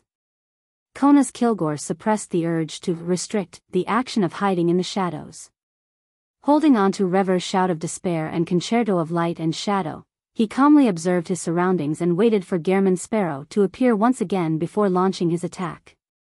However, inside the collapsed room, the shadows were silent, and there wasn't any movement. And outside the window, the steeple and chimneys remained immersed in an icy cold darkness. The gigantic crimson moon seemed to be hanging over the roof. The plants in the garden, the grapevines far away, and all the various classical windows seemed to degenerate into the background on this night. Despite being visible to the naked eye, they were imperturbable. All of Mager Manor was cold, dark, and silent, just like a forgotten corner that didn't garner the attention or incur discovery from others. There were no signs of life at all. As a demigod, as an important figure in the intelligence community, Konas Kilgore quickly had a theory. He suspected that the person was related to the authority of concealment. This gave him many ideas, but Gehrman Sparrow remained nowhere to be seen. He actually didn't sneak attack and even gave up the chance to deliver a barrage of attacks, leaving me so many openings. Doesn't he know that a high-sequence lawyer or arbiter is very difficult to deal with once they're prepared prior to the battle? A sense of puzzlement flashed across Konas Kilgore's mind. Using his observations of his surroundings and the relatively non-urgent situation, he quickly understood his current predicament. He knew that defeating Gehrman Sparrow wasn't key, but escaping the concealed world was. If he couldn't leave this place, there might be more dangers awaiting him. As long as I can leave this dark-styled Mager Manor, even if angels were to descend, I don't have to worry since I'm in Backlund. Such artificial concealed worlds must have an opening. This is a law that cannot be avoided in the mysterious world. The usage and distortion of laws was what lawyer pathway demigods were best at. Konas Kilgore had many ideas come to him as he quickly made a decision. He suddenly turned around and jumped from the balcony, flying off like he was a spring that was released. This demigod of the military instantly reached a high altitude, but he didn't slow down or show any signs of falling. He maintained this speed as he went higher and higher in altitude, thus achieving flight. Earl of the Fallen, exploit. This was the exploitation of laws. By extending the jumping process, he could maintain a much longer duration. If Konas Kilgore became a Sequence 2 angel, he could even jump onto the Crimson Moon with this beyonder power. While jumping in midair, Konas Kilgore swung his right arm and released his disorder beyonder power. He wanted to create a certain level of disorder in Mager Manor in this strange world.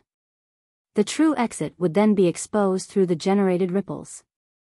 Instantly, the flowers and grapevines in the background of Mager Manor wavered. The black steeple, chimneys, and classical windows were covered in a faint shadow. In the entire world, only the gigantic crimson moon which appeared to be right before them didn't change. It continued hanging silently in the sky. That's the exit. Konas Kilgore grasped the patterns from the disorder, and using some actual feedback, he determined where the exit was. Without any hesitation, he exerted strength in his waist and used magnify to forcefully change his direction, allowing him to rush towards the bright red moon. At that moment, a figure appeared in front of Mager Manor.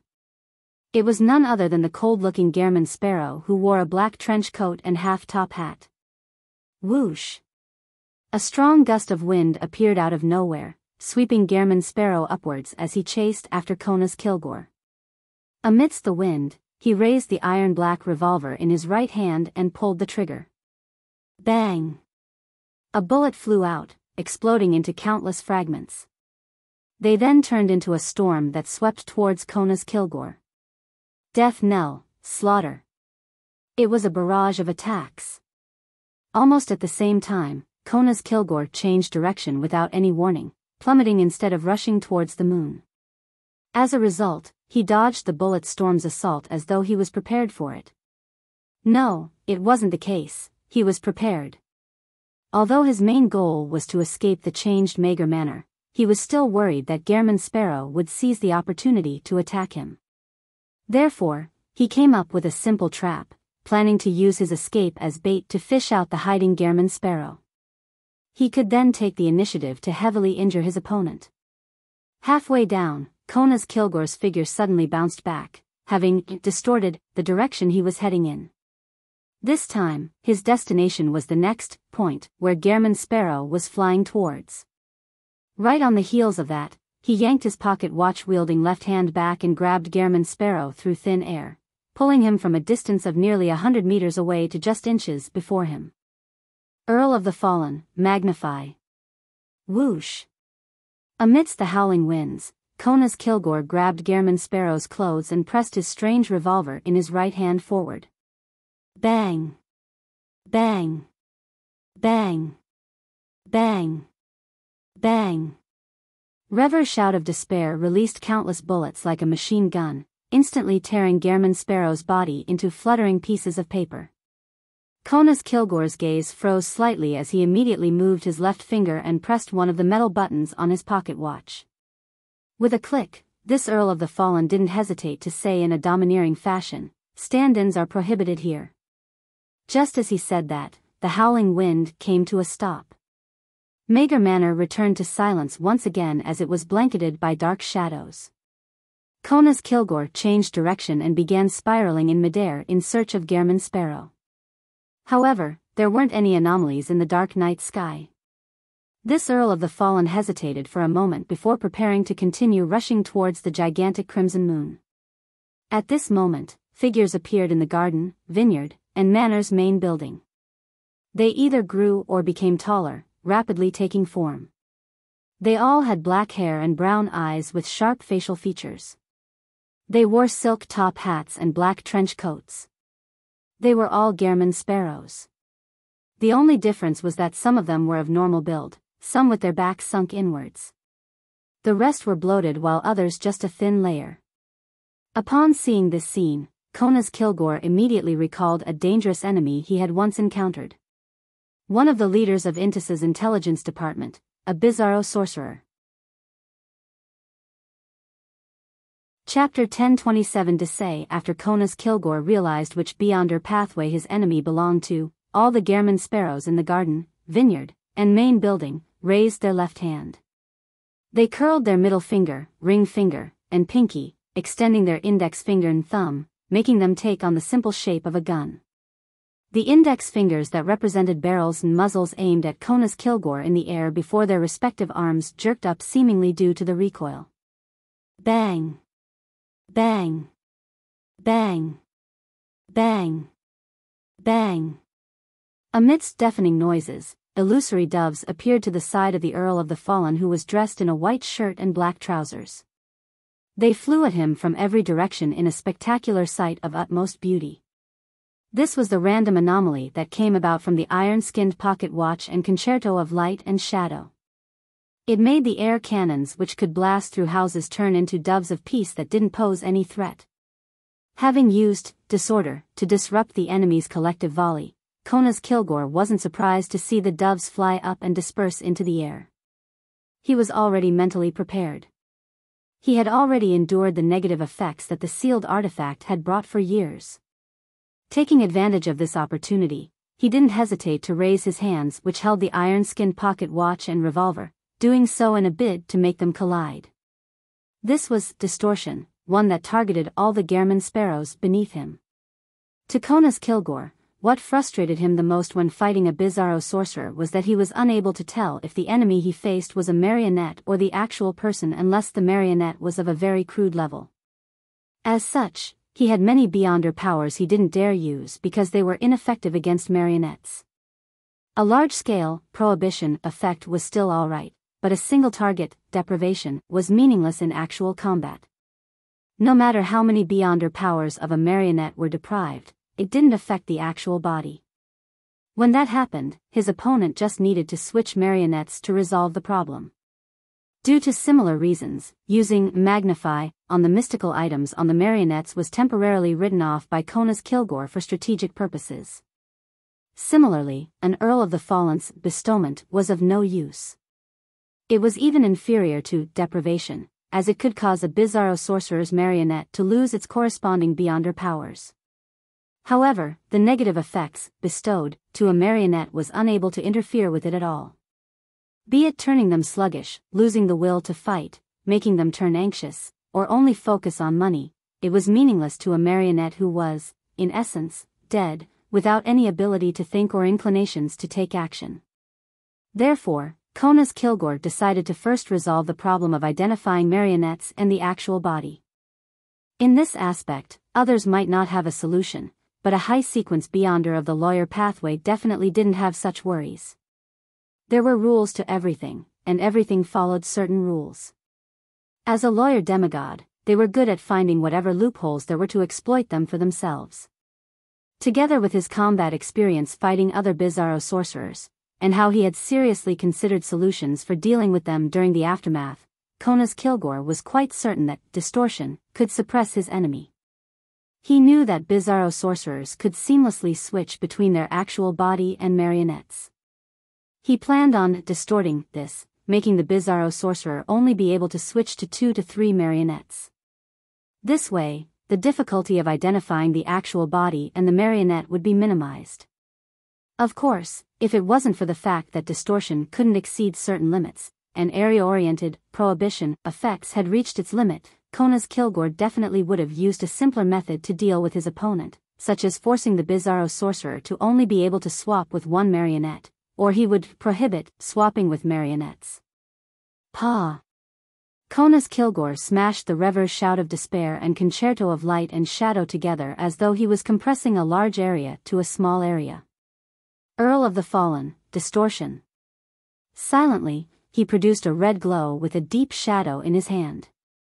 It appeared as though he was offering it to the Gehrman sparrows in the garden, vineyard, and main building. As for the thick and thin, normal, or terrifying crazy adventurers, none of them experienced any abnormalities. Konas Kilgore also suffered a random anomaly, one brought about by Concerto of Light and Shadow. It had changed the distortion effects to summoning a flower from the garden below. And at that moment, the air cannons that had turned into illusory doves continued. At that moment, the battle between two demigods turned ludicrous, comical, and funny. Of course, be it Gehrman Sparrow or Konas Kilgore, none of them thought that was the case, especially the latter. He once again felt a familiar sense of helplessness. He didn't hesitate as he slammed his palms together again, completing the distortion. He wanted to rely on quantity to resist the random anomaly effect. However, Gehrman Sparrow wasn't a dead person who would abide by the etiquette of turn-based combat. The large swath of crazy adventurers either raised their hands in firing stances or used a death knell with questionable authenticity, aiming at the Earl of the Fallen in midair. Meanwhile, Konas Kilgore's heart stirred. He turned his head slightly to look up and saw that a figure had appeared once again inside the gigantic crimson moon that hung above the black steeple. The figure was wearing a silk top hat, a black trench coat, a human-skinned glove, and an iron-black revolver. He had a cold expression and a deep outline. He was another Gehrman Sparrow. The crimson moon seemed to weigh down on his shoulders as he glided down, his body expanding and turning clearer in the process. As for the iron-black long-barreled revolver in his hand, he had already lifted it and aimed it at Konas Kilgore. Bang! Bang! A bullet that had transparent and translucent sections to it shot out from the muzzle, heading straight for Konas Kilgore. This was a deprivation bullet, one which was created using a worm of time that Amon's avatar had left behind. It was different from an Arbiter Pathway's deprivation. In essence, it was theft. It could steal the last 3 Beyonder powers the target had used and become empowered with the ability to use them. However, as long as the Arbiter Pathway's deprivation selected a target, then they could directly deprive them of their ability. Although this bullet's deprivation effect didn't require contact in order to be effective, the target needed to be within a certain range and unable to leave the area. In short, one was unavoidable and could only be resisted or weakened through one's level or sequence's characteristics, while the other could effectively be dodged if the shot was detected ahead of time. Klein had given up on a sneak attack and had stalled for time because, on the one hand, he wanted Konas Kilgore to use up all his prohibition and deprivation powers on Beyonder powers that appeared important to him. On the other hand, he was also waiting for the first random anomaly to happen. Then, he would seize the gap in between the two anomalies to steal Konas Kilgore's 3 most powerful powers with the deprivation bullet. For these 2 goals, he even handed Death Knell and Creeping Hunger to Winner and Nuni and made him appear like the real Gehrman Sparrow instead of a marionette. From the current developments, Kona's Kilgore was about to lose, distortion, disorder, and magnify. Bang! Bang! Bang! Bang! Bang! The German sparrows underneath collectively fired shots. Suddenly, the air cannons and the deprivation bullet exploded, turning into red, purple, yellow, or green fireworks. However, they were unable to illuminate the deep dark sky. Concerto of light and shadow had once again created a random anomaly. It had produced its effects several times in a row without any pauses or delays. Kona's Kilgore immediately smiled and slammed his hands together again. All of a sudden, the young men wearing silk top hats and black trench coats under the gigantic crimson moon's illumination turned gloomy. Only two maintained their previous states. The Earl of the Fallen's distortion had taken effect. This meant that German Sparrow could only switch places with those two normal marionettes. Right on the heels of that, Kona's Kilgore didn't hesitate at all. He swung his arm and threw out the flower that was held together with the pocket watch out. The flower sped up and seemed to gain weight of unknown origins. Like an arrow, it shot towards one of the normal marionettes. This attack had been magnified, and also came with the effects of bribe, weaken. Boom! The flower was like a cannon that crashed heavily into the ground, causing a violent quake. The surging waves it stirred up threw up the ordinary and unordinary humans in the vicinity, tearing or severely injuring them. The two marionettes which German Sparrow could swap with had been reduced to pieces of meat. Kona's Kilgore maintained his calm. As he distorted his trajectory in midair and circled the area while in flight, he raised Rever's shout of despair and aimed it at the German Sparrow that had descended from the crimson moon. At the same time, he silently prepared a bestowment. He wanted to give his target the negative state of lacking the will to fight. But at that moment, Kona's Kilgore's mind suddenly turned adrift as his thoughts turned sluggish. This. Turning into a marionette. Kona's Kilgore's mental state stiffened as he understood his current situation. He then saw that German Sparrow, who had descended from the crimson moon, wasn't as far away from him as before. The distance between them was only about 100 meters. He had unknowingly entered the range where spirit body threads could be controlled. He had stayed there for at least 3 seconds without realizing it. Deceit. A deceit bullet made from Amon's avatar. When Klein, who was actually Winner Anuni, had pulled the trigger, he hadn't only fired a deprivation bullet, but had actually fired twice. This was to prevent any random anomalies from happening. With an anomaly having happened once, even if another anomaly were to happen, only one of the two bullets that had been fired in intervals that were slightly spaced apart would be affected. After all, it was an intermittent random anomaly. It was possible to have it happen 2 to 3 times consecutively, but 4 or 5 consecutive occurrences were rare. Therefore, by attacking numerous times, there would be at least 1 or more instances that wouldn't suffer an anomaly. Just now, the firing of the second deceit bullet had been concealed by the collective volley from the marionettes. This was also why Klein made Winner Anuni use Death Knell. It was to rely on his luck. Finally, he successfully deceived Kona's Kilgore and allowed Winner Anuni to secretly enter a safe distance of 150 meters from him and begin controlling his spirit body threads and obtained initial control. The moment this began, it meant that the Beyonder power was taking effect. Since there weren't any anomalies, it meant that there wouldn't be any more. You're tuning into the Biyao's Wuxia Chronicles YouTube channel. Don't forget to subscribe and join us on this journey to catch the most captivating stories.